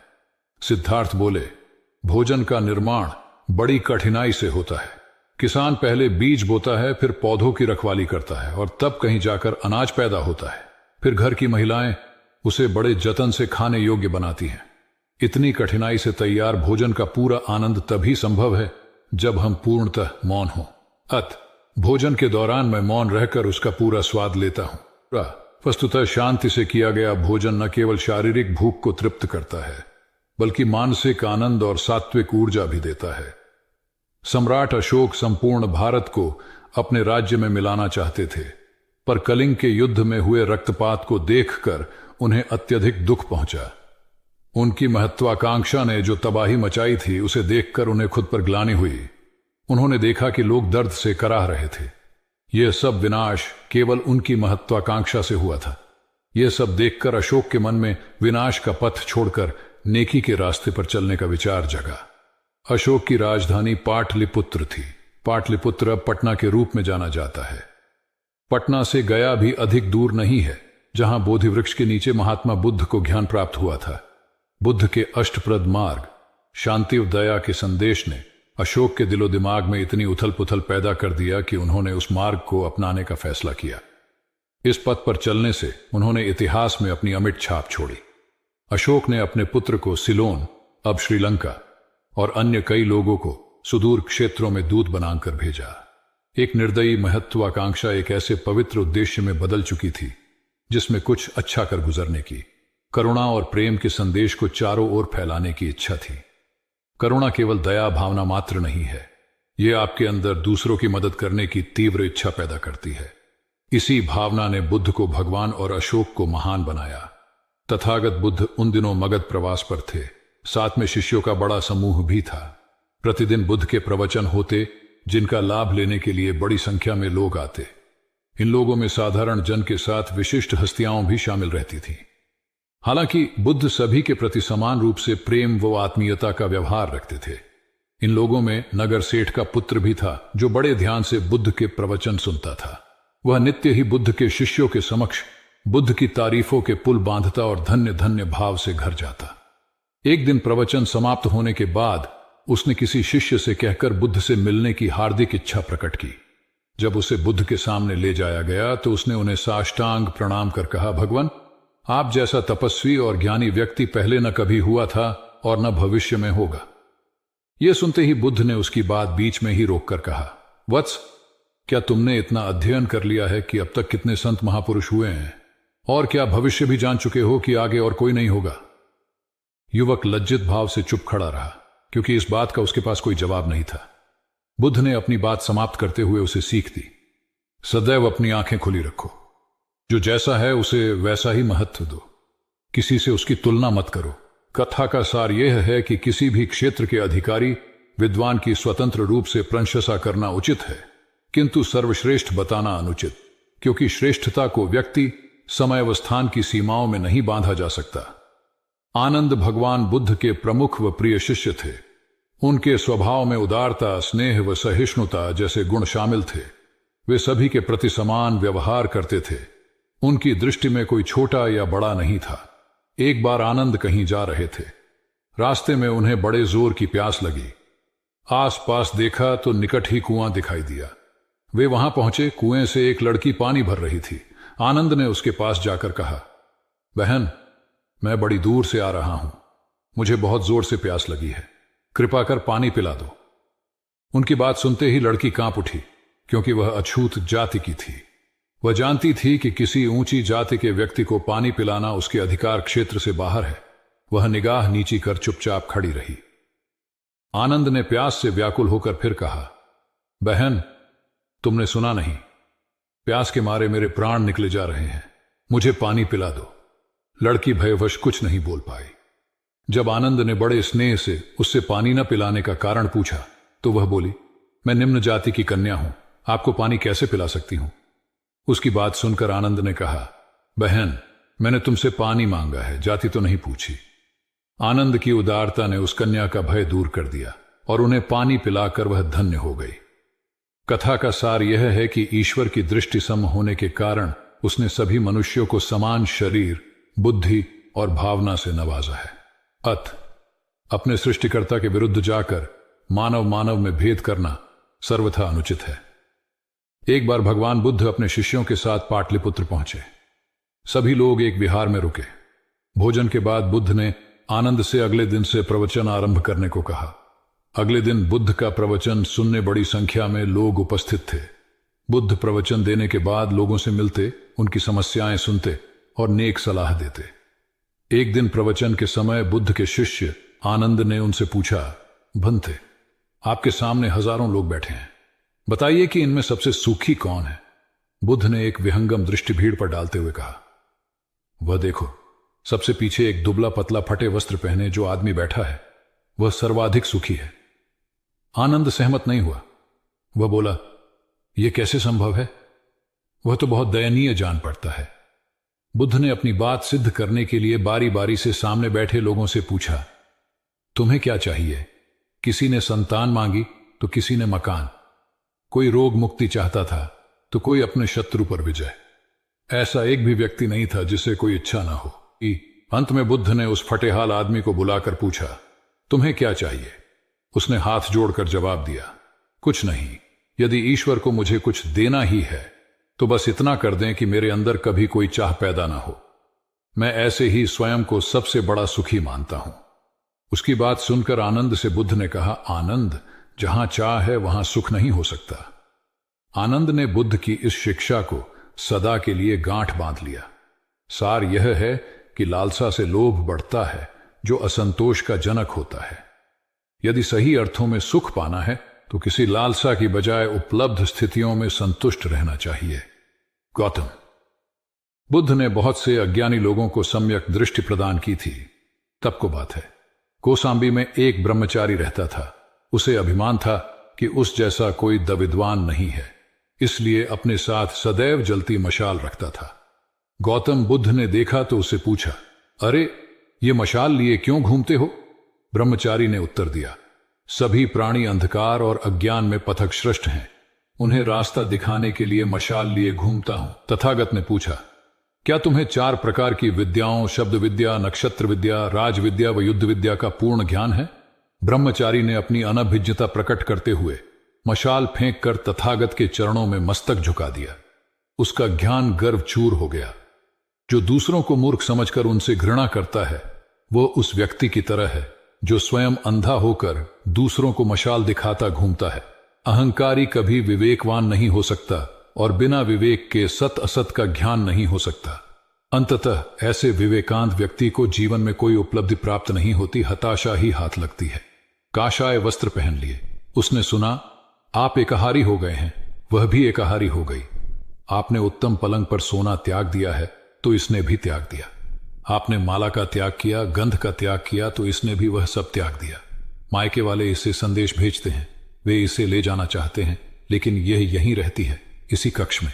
यह गुण की मूर्ति है। राजा स्नेह से अपनी बहू को देखते रहे। अचानक तथागत उठे, उस कक्ष से बाहर चले गए। शाक्य मुनि ने शिष्यों को शांत रहने को कहा था, लेकिन वे स्वयं उस कक्ष से बाहर चले गए। मैं हमेशा सोचता हूं उस पल क्या हुआ होगा, उनके मन के भीतर कैसे कैसे विचार उठते होंगे। क्या संबोधि एक लघु क्षण होता है या दीर्घ क्षण? क्या संबोधि एक अनंत अभ्यास है? क्या संयम उसका गरुड़यान है? धम्मपद का 13वां श्लोक बार बार याद आता है। यथागारम दुछेन बुट्टी समति विभजति एवं अभावितम चित्तम राघो समति विभजति। घर की छत मजबूत ना हो, सही तरह से उसे घास फूस से ढका ना गया हो, तो बरसात के दिनों में उसमें से पानी रिसता है, घर भर में फैल जाता है। उसी तरह ध्यान और एकाग्रता हमारे व्यक्तित्व की छत है। गौतम बुद्ध एक बार अपने शिष्यों के साथ प्रवास पर निकले। एक नगर से दूसरे नगर तक जाने की राह में वन पड़ता था। वन क्षेत्र में प्रवेश करने के साथ ही कुछ दूर चलने पर बुद्ध एक जगह रुक गए।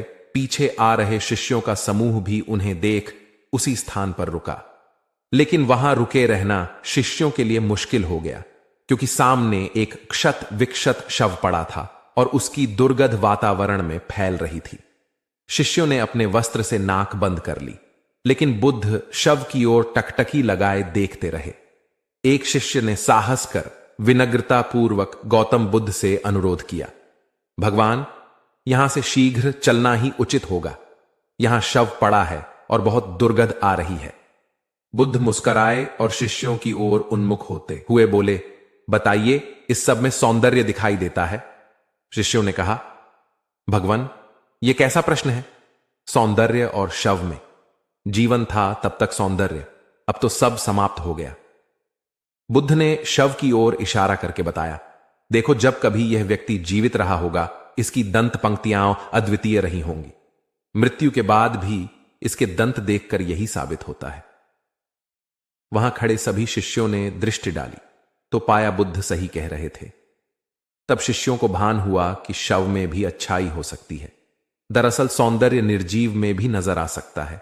केवल शर्त यह है कि दृष्टि बुद्ध के समान बुराई में भी अच्छाई देखने वाली होनी चाहिए।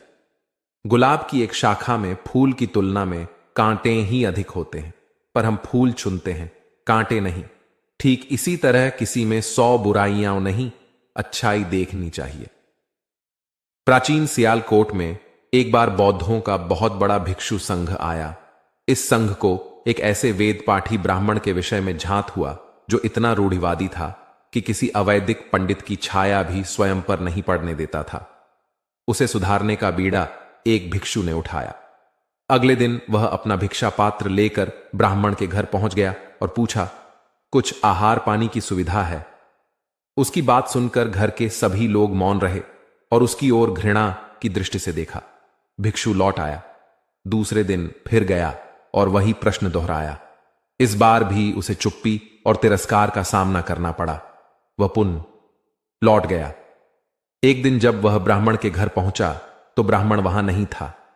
नित्य आने जाने से ब्राह्मणी का मन पसीज गया। वह बोली, मैं तो तुम्हें आहार पानी दे दूं, किंतु पंडित जी की नाराजगी के कारण विवश हूं।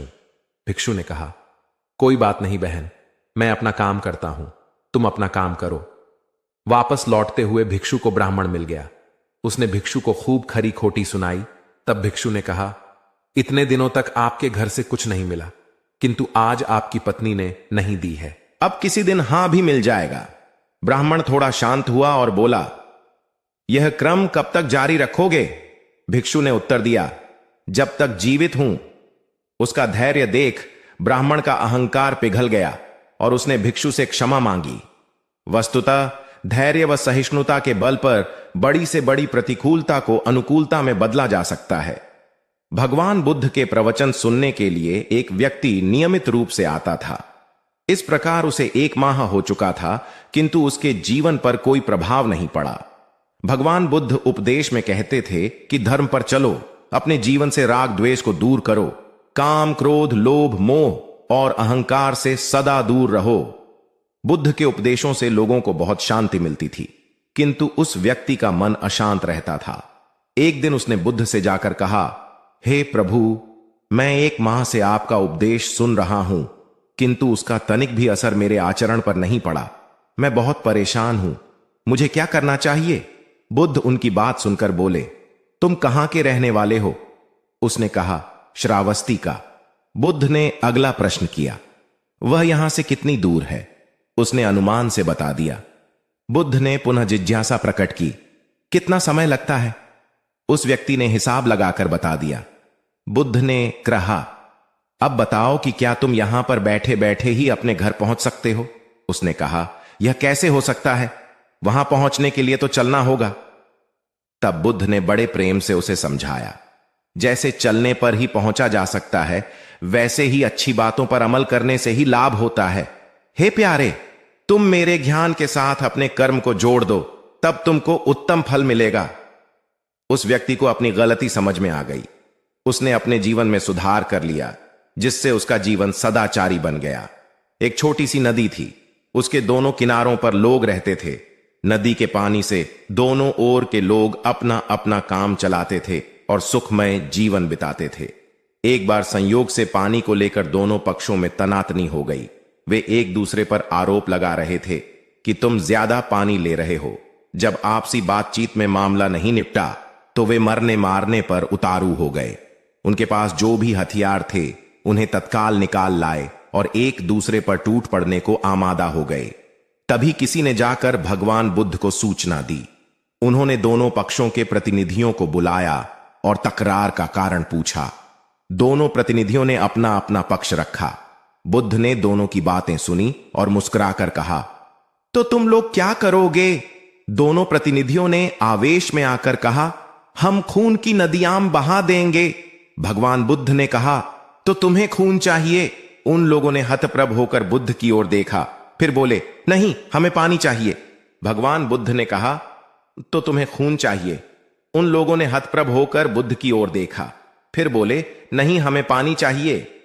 तब सहज भाव से बुद्ध ने कहा, खून बहाकर खून मिलेगा, पानी कैसे पाओगे? कुछ ठहर कर आगे बुद्ध बोले, याद रखो, हिंसा हिंसा को बढ़ाती है, बैर बैर को बढ़ाता है। नदी से ही सीख लो कि वह किसी से लड़ती नहीं, वह निश्चल भाव से अपने जल का सभी के लिए दान करती है। बुद्ध के शब्दों ने जादू जैसा काम किया और दोनों पक्षों की समस्या का सहज रूप से समाधान हो गया। दोनों पक्ष मिल बांटकर पानी का उपयोग करने लगे। कुल बुद्ध एक दिन वैशाली में प्रवचन दे रहे थे। विशाल जनसमूह उन्हें अत्यंत शांति और तन्मयता से सुन रहा था। कहीं कोई शोर नहीं था, मात्र बुद्ध की वाणी गूंज रही थी। बुद्ध के शिष्यों के साथ उपस्थित लोग बुद्ध के अमृत वचनों का पान पूर्ण एकाग्रता से कर रहे थे। तभी उस शांत वातावरण में खलल उत्पन्न करती एक व्यक्ति की जोरदार आवाज आई, आज मुझे सभा में बैठने की अनुमति क्यों नहीं दी गई? बुद्ध उस व्यक्ति का चिल्लाना सुनकर भी मौन रहे। उस व्यक्ति ने पुनः चिल्लाकर यही प्रश्न पूछा। बुद्ध ने नेत्र बंद कर लिए। उनका एक शिष्य बोल उठा, भगवान, बाहर खड़े अपने इस शिष्य को अंदर आने की अनुमति दीजिए। बुद्ध ने नेत्र खोलकर कहा, नहीं, यह अस्पृश्य है। शिष्यगण बुद्ध के मुंह से अस्पृश्य शब्द सुनकर विस्मित हुए और उन्होंने पूछा, वह अस्पृश्य क्यों, कैसे? भगवान, आपके धर्म में तो जात पात का भेद नहीं है। बुद्ध बोले, आज यह क्रोध में आया है। क्रोध से जीवन की एकता भंग होती है। क्रोध ही मानसिक हिंसा करता है। किसी भी कारण से क्रोध करने वाला अस्पृश्य है। उसे कुछ देर तक स्मरण कर लेना चाहिए कि अहिंसा परम धर्म है। कथा का उपदेश यह है कि क्रोध एक असात्विक भाव है जो कर्ता और भोक्ता दोनों के लिए हानिकारक होता है। इससे बचते हुए शांति से विचारने व कार्य करने की प्रवृत्ति अपनानी चाहिए। शांत मन और मस्तिष्क ही विवेकपूर्ण निर्णय लेने में सक्षम होते हैं। बौद्ध संघ के एक भिक्षु को कोई गंभीर रोग हो गया। उसकी हालत इतनी खराब हो गई कि वह चल फिर भी नहीं सकता था और मल मूत्र में लिपटा पड़ा रहता था। उसकी यह हालत देख उसके साथी भिक्षु भी उसके पास नहीं आते और घृणा से मुंह फेरकर आसपास से निकल जाते थे। कुछ दिनों बाद बुद्ध को यह बात पता चली तो वे तत्काल अपने प्रिय शिष्य आनंद के साथ उस भिक्षु के पास पहुंचे। उसकी दयनीय दशा से उन्हें घोर कष्ट हुआ। उन्होंने भिक्षु से पूछा, तुम्हें कौन सा रोग हुआ है? भिक्षु बोला, भगवान, मुझे पेट की बीमारी है। बुद्ध ने स्नेह से उसके सिर पर हाथ फेरते हुए प्रश्न किया, क्या तुम्हारी परिचर्या करने वाला कोई नहीं है? भिक्षु की ना सुनते ही बुद्ध ने आनंद से कहा, पानी लेकर आओ, हम लोग पहले इसका शरीर स्वच्छ करेंगे। आनंद पानी लेकर आए। फिर बुद्ध ने भिक्षु के शरीर पर पानी डाला और आनंद ने उसके मल मूत्र को साफ किया। अच्छी तरह धो पोंछ कर बुद्ध ने भिक्षु के सिर को पकड़ा और आनंद ने पैरों को। इस प्रकार उसे उठाकर चारपाई पर लिटा दिया। फिर बुद्ध ने सारे भिक्षुओं को एकत्रित कर उन्हें समझाया, भिक्षुओं, तुम्हारे माता नहीं, पिता नहीं, भाई नहीं, बहन नहीं जो तुम्हारी सेवा करेंगे। यदि तुम परस्पर एक दूसरे की सेवा और देखभाल नहीं करोगे तो फिर कौन करेगा? याद रखो, जो रोगी की सेवा करता है वह ईश्वर की सेवा करता है। दीनहीन के प्रति करुणा व सेवा का भाव इस जगत को बुद्ध का सबसे बड़ा संदेश है जो प्रत्येक देश, काल, परिस्थिति में प्रासंगिक है। गौतम सिद्धार्थ बुद्धत्व प्राप्त करके महात्मा बुद्ध बन गए। सत्य, अहिंसा और दया की मूर्ति बुद्ध अपने शिष्यों के साथ एक गांव में पहुंचे। कुछ अज्ञानी लोग उनके विरोधी थे। वे बुद्ध को अपशब्द कहने लगे। बुद्ध के शिष्यों को बहुत बुरा लगा, मगर बुद्ध ने उन्हें समझाया, ये लोग तो केवल अपशब्द ही कह रहे हैं। अगर ये पत्थर भी मार रहे होते तो भी मैं कहता कि मारने दो। मैं जानता हूं कि ये लोग कुछ कहना चाहते हैं, लेकिन क्रोध के मारे वह कह नहीं पा रहे हैं। 10 साल पहले यदि यही लोग मुझे गाली देते तो मैं इन्हें भी गाली देता, लेकिन अब तो लेन देन से मुक्ति मिल चुकी है। क्रोध से अपशब्द निकलते हैं। यहां तो क्रोध भवन कब का ढह चुका है। अपशब्द कहने वाले बड़ी मुश्किल में पड़ गए। तभी बुद्ध ने अपने शिष्यों से पूछा, इस गांव में कुछ लोग अपशब्द कह रहे हैं, इन्हें बताओ कि वहां के लोग फल और मिठाइयां लेकर आए थे। बुद्ध ने पूछा, फिर मैंने क्या किया था? शिष्यों ने बताया, आपने सारे फल और मिठाइयां यह कहकर वापस कर दी कि अब लेने वाला विदा हो चुका है, इन्हें वापस ले जाओ। आपने कहा था कि 10 साल पहले आते तो मैं सारे उपहार ले लेता। बुद्ध ने पूछा, फिर उन लोगों ने मिठाइयों का क्या किया होगा? शिष्यों ने बताया, गांव में बांट दी होगी। बुद्ध बोले, उन लोगों ने मिठाइयां गांव में बांट दी, लेकिन मैं उन लोगों से कहूंगा कि अपशब्द में न बांटें। बुद्ध फिर बोले, ये लोग अपशब्दों के थाल सजाकर लाए हैं, लेकिन ये गलत आदमी के पास आ गए हैं। ये मुझसे क्रोध नहीं करवा सकते। ठीक खूंटी की तरह जो किसी को नहीं टांगती, लोग उस पर वस्त्र टांग देते हैं। एक बार जैतवन के सभी ग्रामवासी भगवान बुद्ध के दर्शन करने और उपदेश सुनने के लिए एकत्र हुए। उस समय महाकश्यप, मौदगल्यायन, सारिपुत्र, चुंद और देवदत्त जैसे प्रबुद्ध जन बुद्ध के साथ धर्म विषय गंभीर चर्चा में तन्मय थे। ग्रामवासी थोड़ा ठिठक कर खड़े हो गए, क्योंकि इतने ज्ञानी जनों के बीच उन सभी को असहज सा महसूस हो रहा था। कुछ देर बाद बुद्ध की दृष्टि इन ग्रामवासियों पर पड़ी। उन्होंने तुरंत धर्म चर्चा रोक दी। प्रबुद्ध जन बुद्ध के इस व्यवहार पर चकित हो उठे और प्रश्नात्मक दृष्टि से उनको ओर देखा। बुद्ध अनाथ पिंडक नामक जिज्ञासु से बोले, भद्र, उठो, सामने ब्राह्मण मंडली खड़ी है, उन्हें आसन दो और आतिथ्य की सामग्री ले आओ।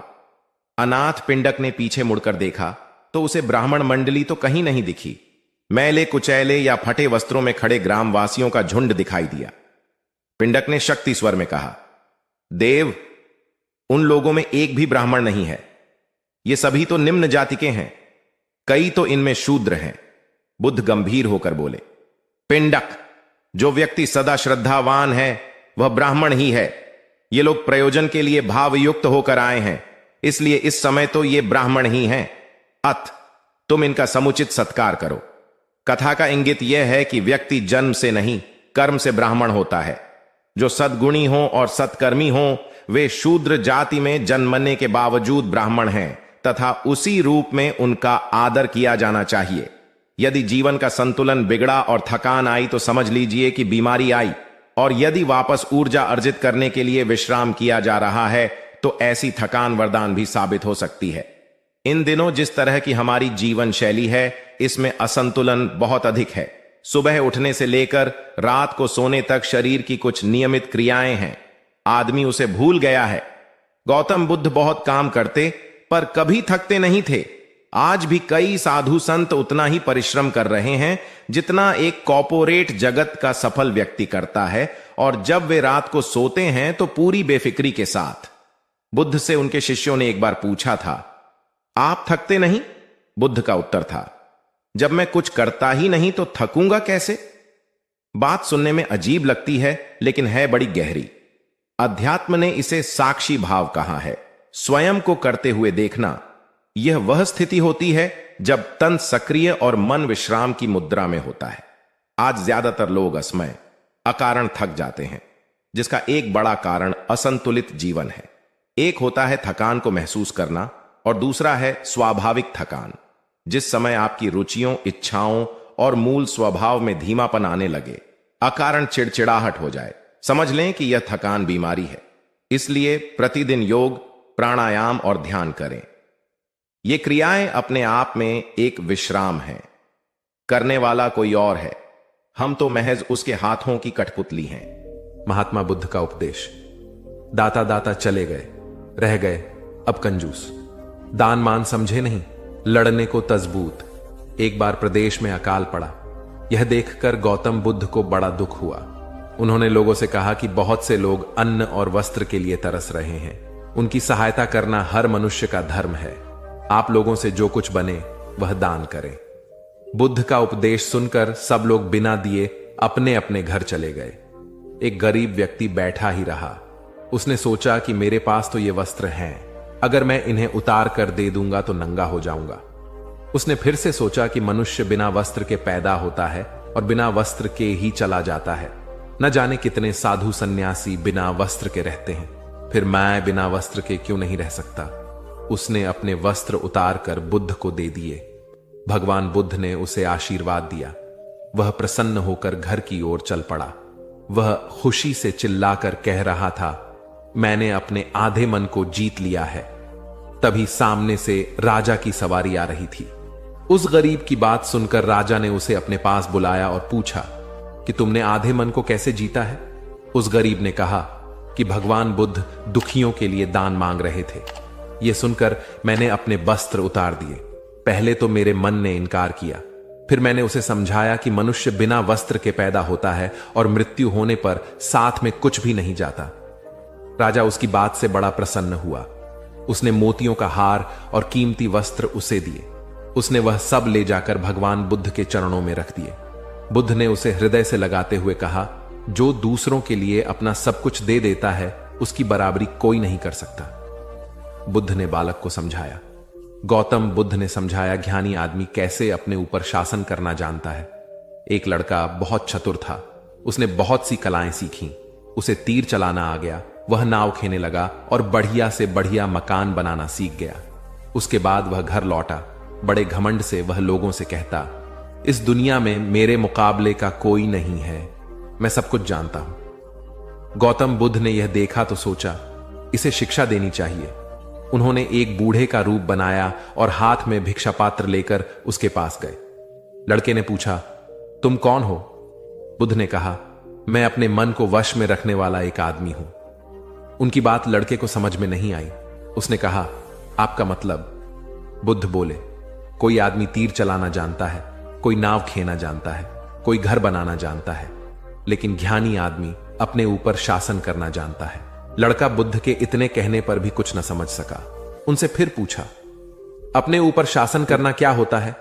बुद्ध ने कहा, अगर कोई उसकी प्रशंसा करे तो वह खुशी से नहीं फूलता, निंदा करे तो दुखी नहीं होता। इस तरह उसका मन उसके वश में रहता है। ऐसा आदमी किसी चीज या हुनर का अभिमान नहीं करता। बुद्ध की बात का उस लड़के पर ऐसा असर हुआ कि उस दिन से उसने डींग हाँकना बंद कर दिया। बुद्ध का शिष्य। महाभारत में बताया गया है कि भीष्म पितामह को इच्छा मृत्यु का वरदान प्राप्त था, अर्थात वे स्वयं जब तक मृत्यु का आह्वान न करें, काल उनके पास भी नहीं भटक सकता था। इसी तरह अमरता को लेकर अनेक कथाएं प्रचलित हैं। महात्मा बुद्ध अपने शिष्यों के साथ भिक्षाटन पर जा रहे थे। रास्ते में शिष्यों ने एक पौधे की तरफ इशारा करते हुए पूछा, भंते, इस पौधे की उम्र क्या है? बुद्ध ने बताया कि यह अमर वृक्ष है, इसकी उम्र अंतहीन है। तभी एक शिष्य ने उस वृक्ष को जड़ से उखाड़ फेंक दिया और बुद्ध से बोला, गुरुवर, मैंने उसे एक ही पल में उखाड़ कर समाप्त कर दिया। बुद्ध मुस्कुराए और निश्शब्द आगे बढ़ गए। महीनों बाद जब चातुर्मास बिताकर वे उसी रास्ते से लौटे तो सभी ने उस पौधे को वापस हरा भरा देखा। वृक्ष को उखाड़ने वाले शिष्य ने पूछा, तथागत, आपको इस पौधे की अनश्वरता का कैसे पता चला? बुद्ध ने उत्तर दिया, मैं इस नन्हे से पौधे की अनंत जिजीविषा को जानता था। यह जीवन और अमरता की पहली शर्त है। जिसमें यह भावना है वही जीवन को दीर्घ बना सकता है। बुद्ध की सहनशीलता। गौतम बुद्ध सत्य, अहिंसा और सहिष्णुता की प्रतिमूर्ति थे। इन्हीं सद्गुणों का उपदेश वे घूम घूम कर देते और लोगों से इन्हें अपनाने का आग्रह करते।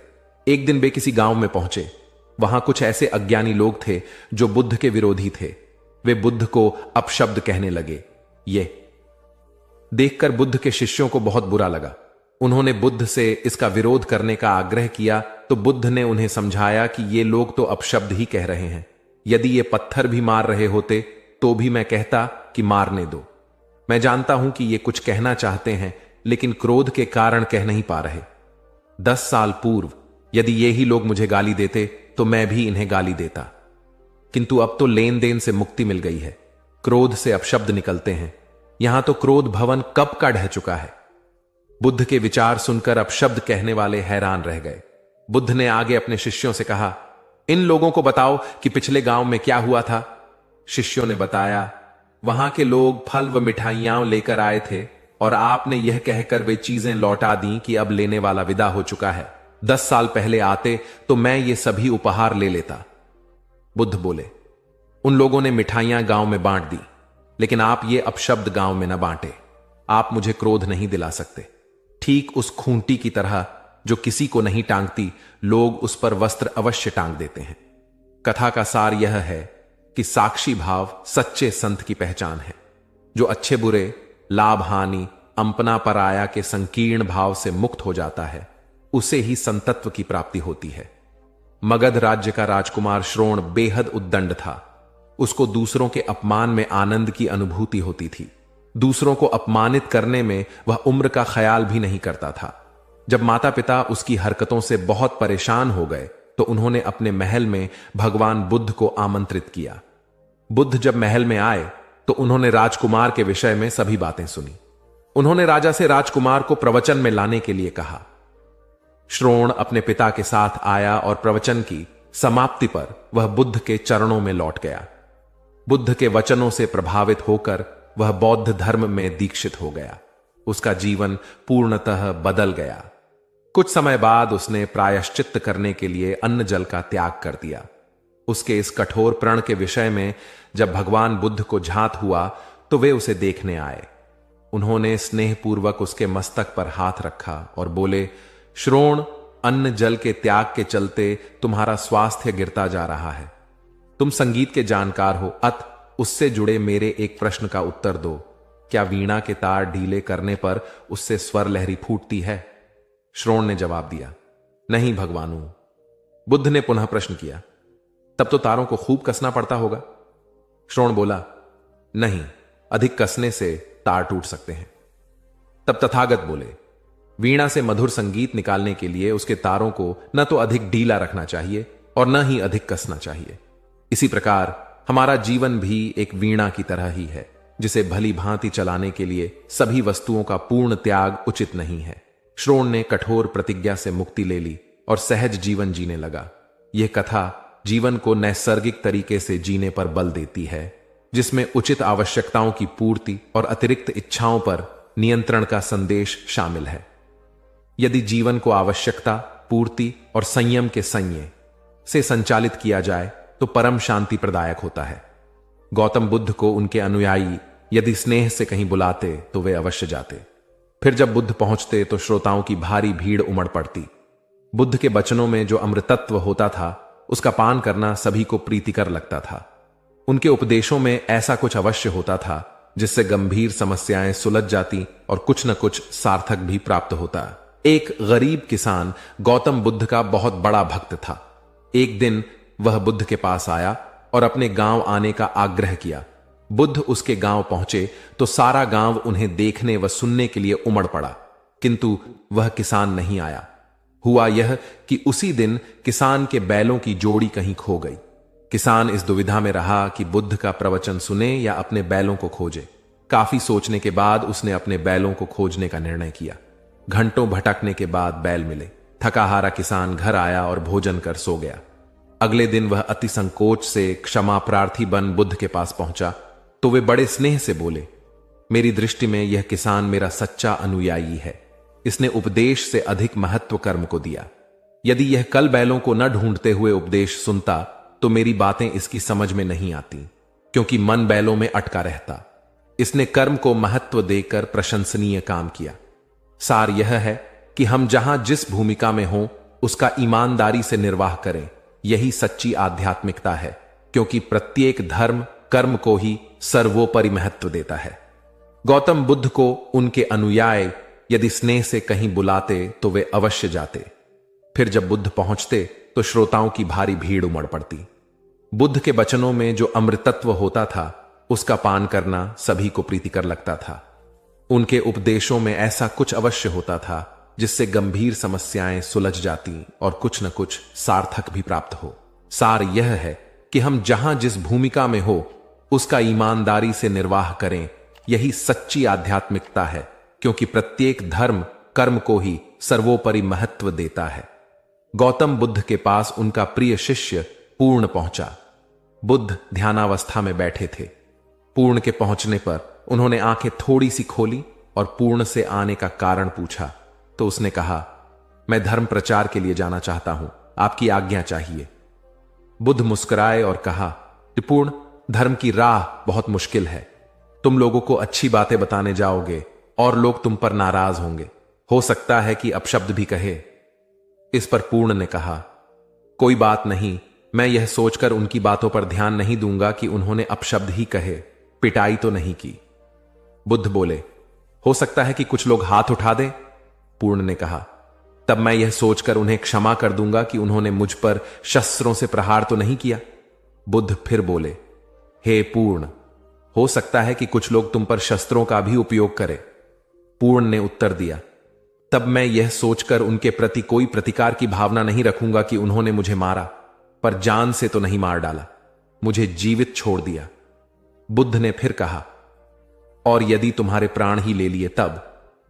पूर्ण ने तत्क्षण सिर झुकाकर कहा, तब मैं उनका आभारी रहूंगा कि उन्होंने धर्म के मार्ग पर मेरे प्राणों का उत्सर्ग करने में मेरी सहायता की। मैं उनके प्रति कृतज्ञ रहूंगा। तब बुद्ध ने आंखें खोली और आशीर्वाद देकर अनुमति दी तथा पूर्ण से कहा, अब तुम धर्म प्रचार करने के पात्र हो। जो किसी में भी कोई दोष न देखे वही सच्चा है। अच्छाई के मार्ग पर चलना बहुत मुश्किल काम है। जो इस राह पर चलता है उसके मार्ग में अनेक बाधाएं आती हैं, लेकिन जो व्यक्ति किसी में भी दोष न देखे वही बाधाओं को सहजता से पार कर अपने लक्ष्य को पूरा कर पाता है।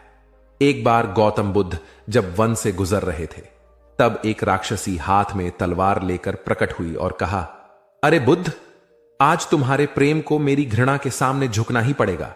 आज तुम्हारे जीवन का अंतिम दिन है। बुद्ध ने मुस्कुराते हुए उत्तर दिया, मैं घृणा, उपहास और द्वेष के आगे नतमस्तक नहीं होऊंगा। मैं निंदा, प्रशंसा अथवा उपहास किसी से भी प्रभावित नहीं होता। तुम मुझसे इतनी घृणा करती हो, पर मैं तो तुमसे भी प्रेम करता हूं। राक्षसी ने पूछा, तुम मुझसे प्रेम क्यों करते हो? बुद्ध बोले, मैं तुम्हें मां का रूप देख रहा हूं और मां तो प्रेम का रूप होती है, उसमें हिंसा हो ही नहीं सकती। इतना सुनते ही राक्षसी के हाथ से तलवार गिर पड़ी। हे बुद्ध, तुम धन्य हो। इतना कहते ही बहदेवी में बदल गई और अंतर्धान हो गई। दरअसल जो लोग दूसरों से द्वेष करते हैं, अंत में एक दिन घृणा उन्हें नष्ट कर देती है। घृणा से घिरे हुए लोगों को एक दिन घृणा ले डूबती है। प्रेम सत्य के आवरण से ढका होता है। सत्य से जुड़ा हुआ व्यक्ति सदैव आनंद में जीता है। सत्य को केवल अपने तक सीमित मत रखो, उसे अपने कर्मों में ढालना होगा। सत्य रूपी गुलाब की खुशबू है कर्म। अपने कर्म को प्रेम और सत्य में डुबोकर करो। प्रेम और सत्य मनुष्य को विकास की ओर ले जाते हैं। ध्यान रहे कि ये दोनों मार्ग ईश्वर की ओर जाते हैं। इस मार्ग पर चलने वाले सहज में ही आनंद और शांति को पा लेते हैं। गौतम बुद्ध भ्रमण करते हुए वैशाली नगर के वन विहार में पहुंचे। उनके आगमन का समाचार पूरे नगर में फैल गया। कुछ ही समय में मानो पूरा नगर उनके दर्शन के लिए उमड़ पड़ा। बड़े व्यापारी, शिक्षाविद, समाज सेवी, अधिकारी और राज परिवार से जुड़े कई वरिष्ठ भी वहां पहुंचे। सभी की भावना थी कि तथागत बुद्ध अपने शिष्यों सहित उनके निवास पर पहुंचे एवं भोज का आमंत्रण स्वीकारें। बुद्ध सभी के निवेदन को सुन रहे थे और स्वभावगत मुस्कान के साथ आमंत्रण का आभार व्यक्त कर रहे थे। तभी वैशाली की यात गणिका आम्रपाली भी वहां पहुंची। वह बुद्ध की शिक्षा से प्रेरित होकर बहुत पहले ही अपनी गणिका वृत्ति त्याग चुकी थी। उसने भी बुद्ध को भोजन का आमंत्रण दिया।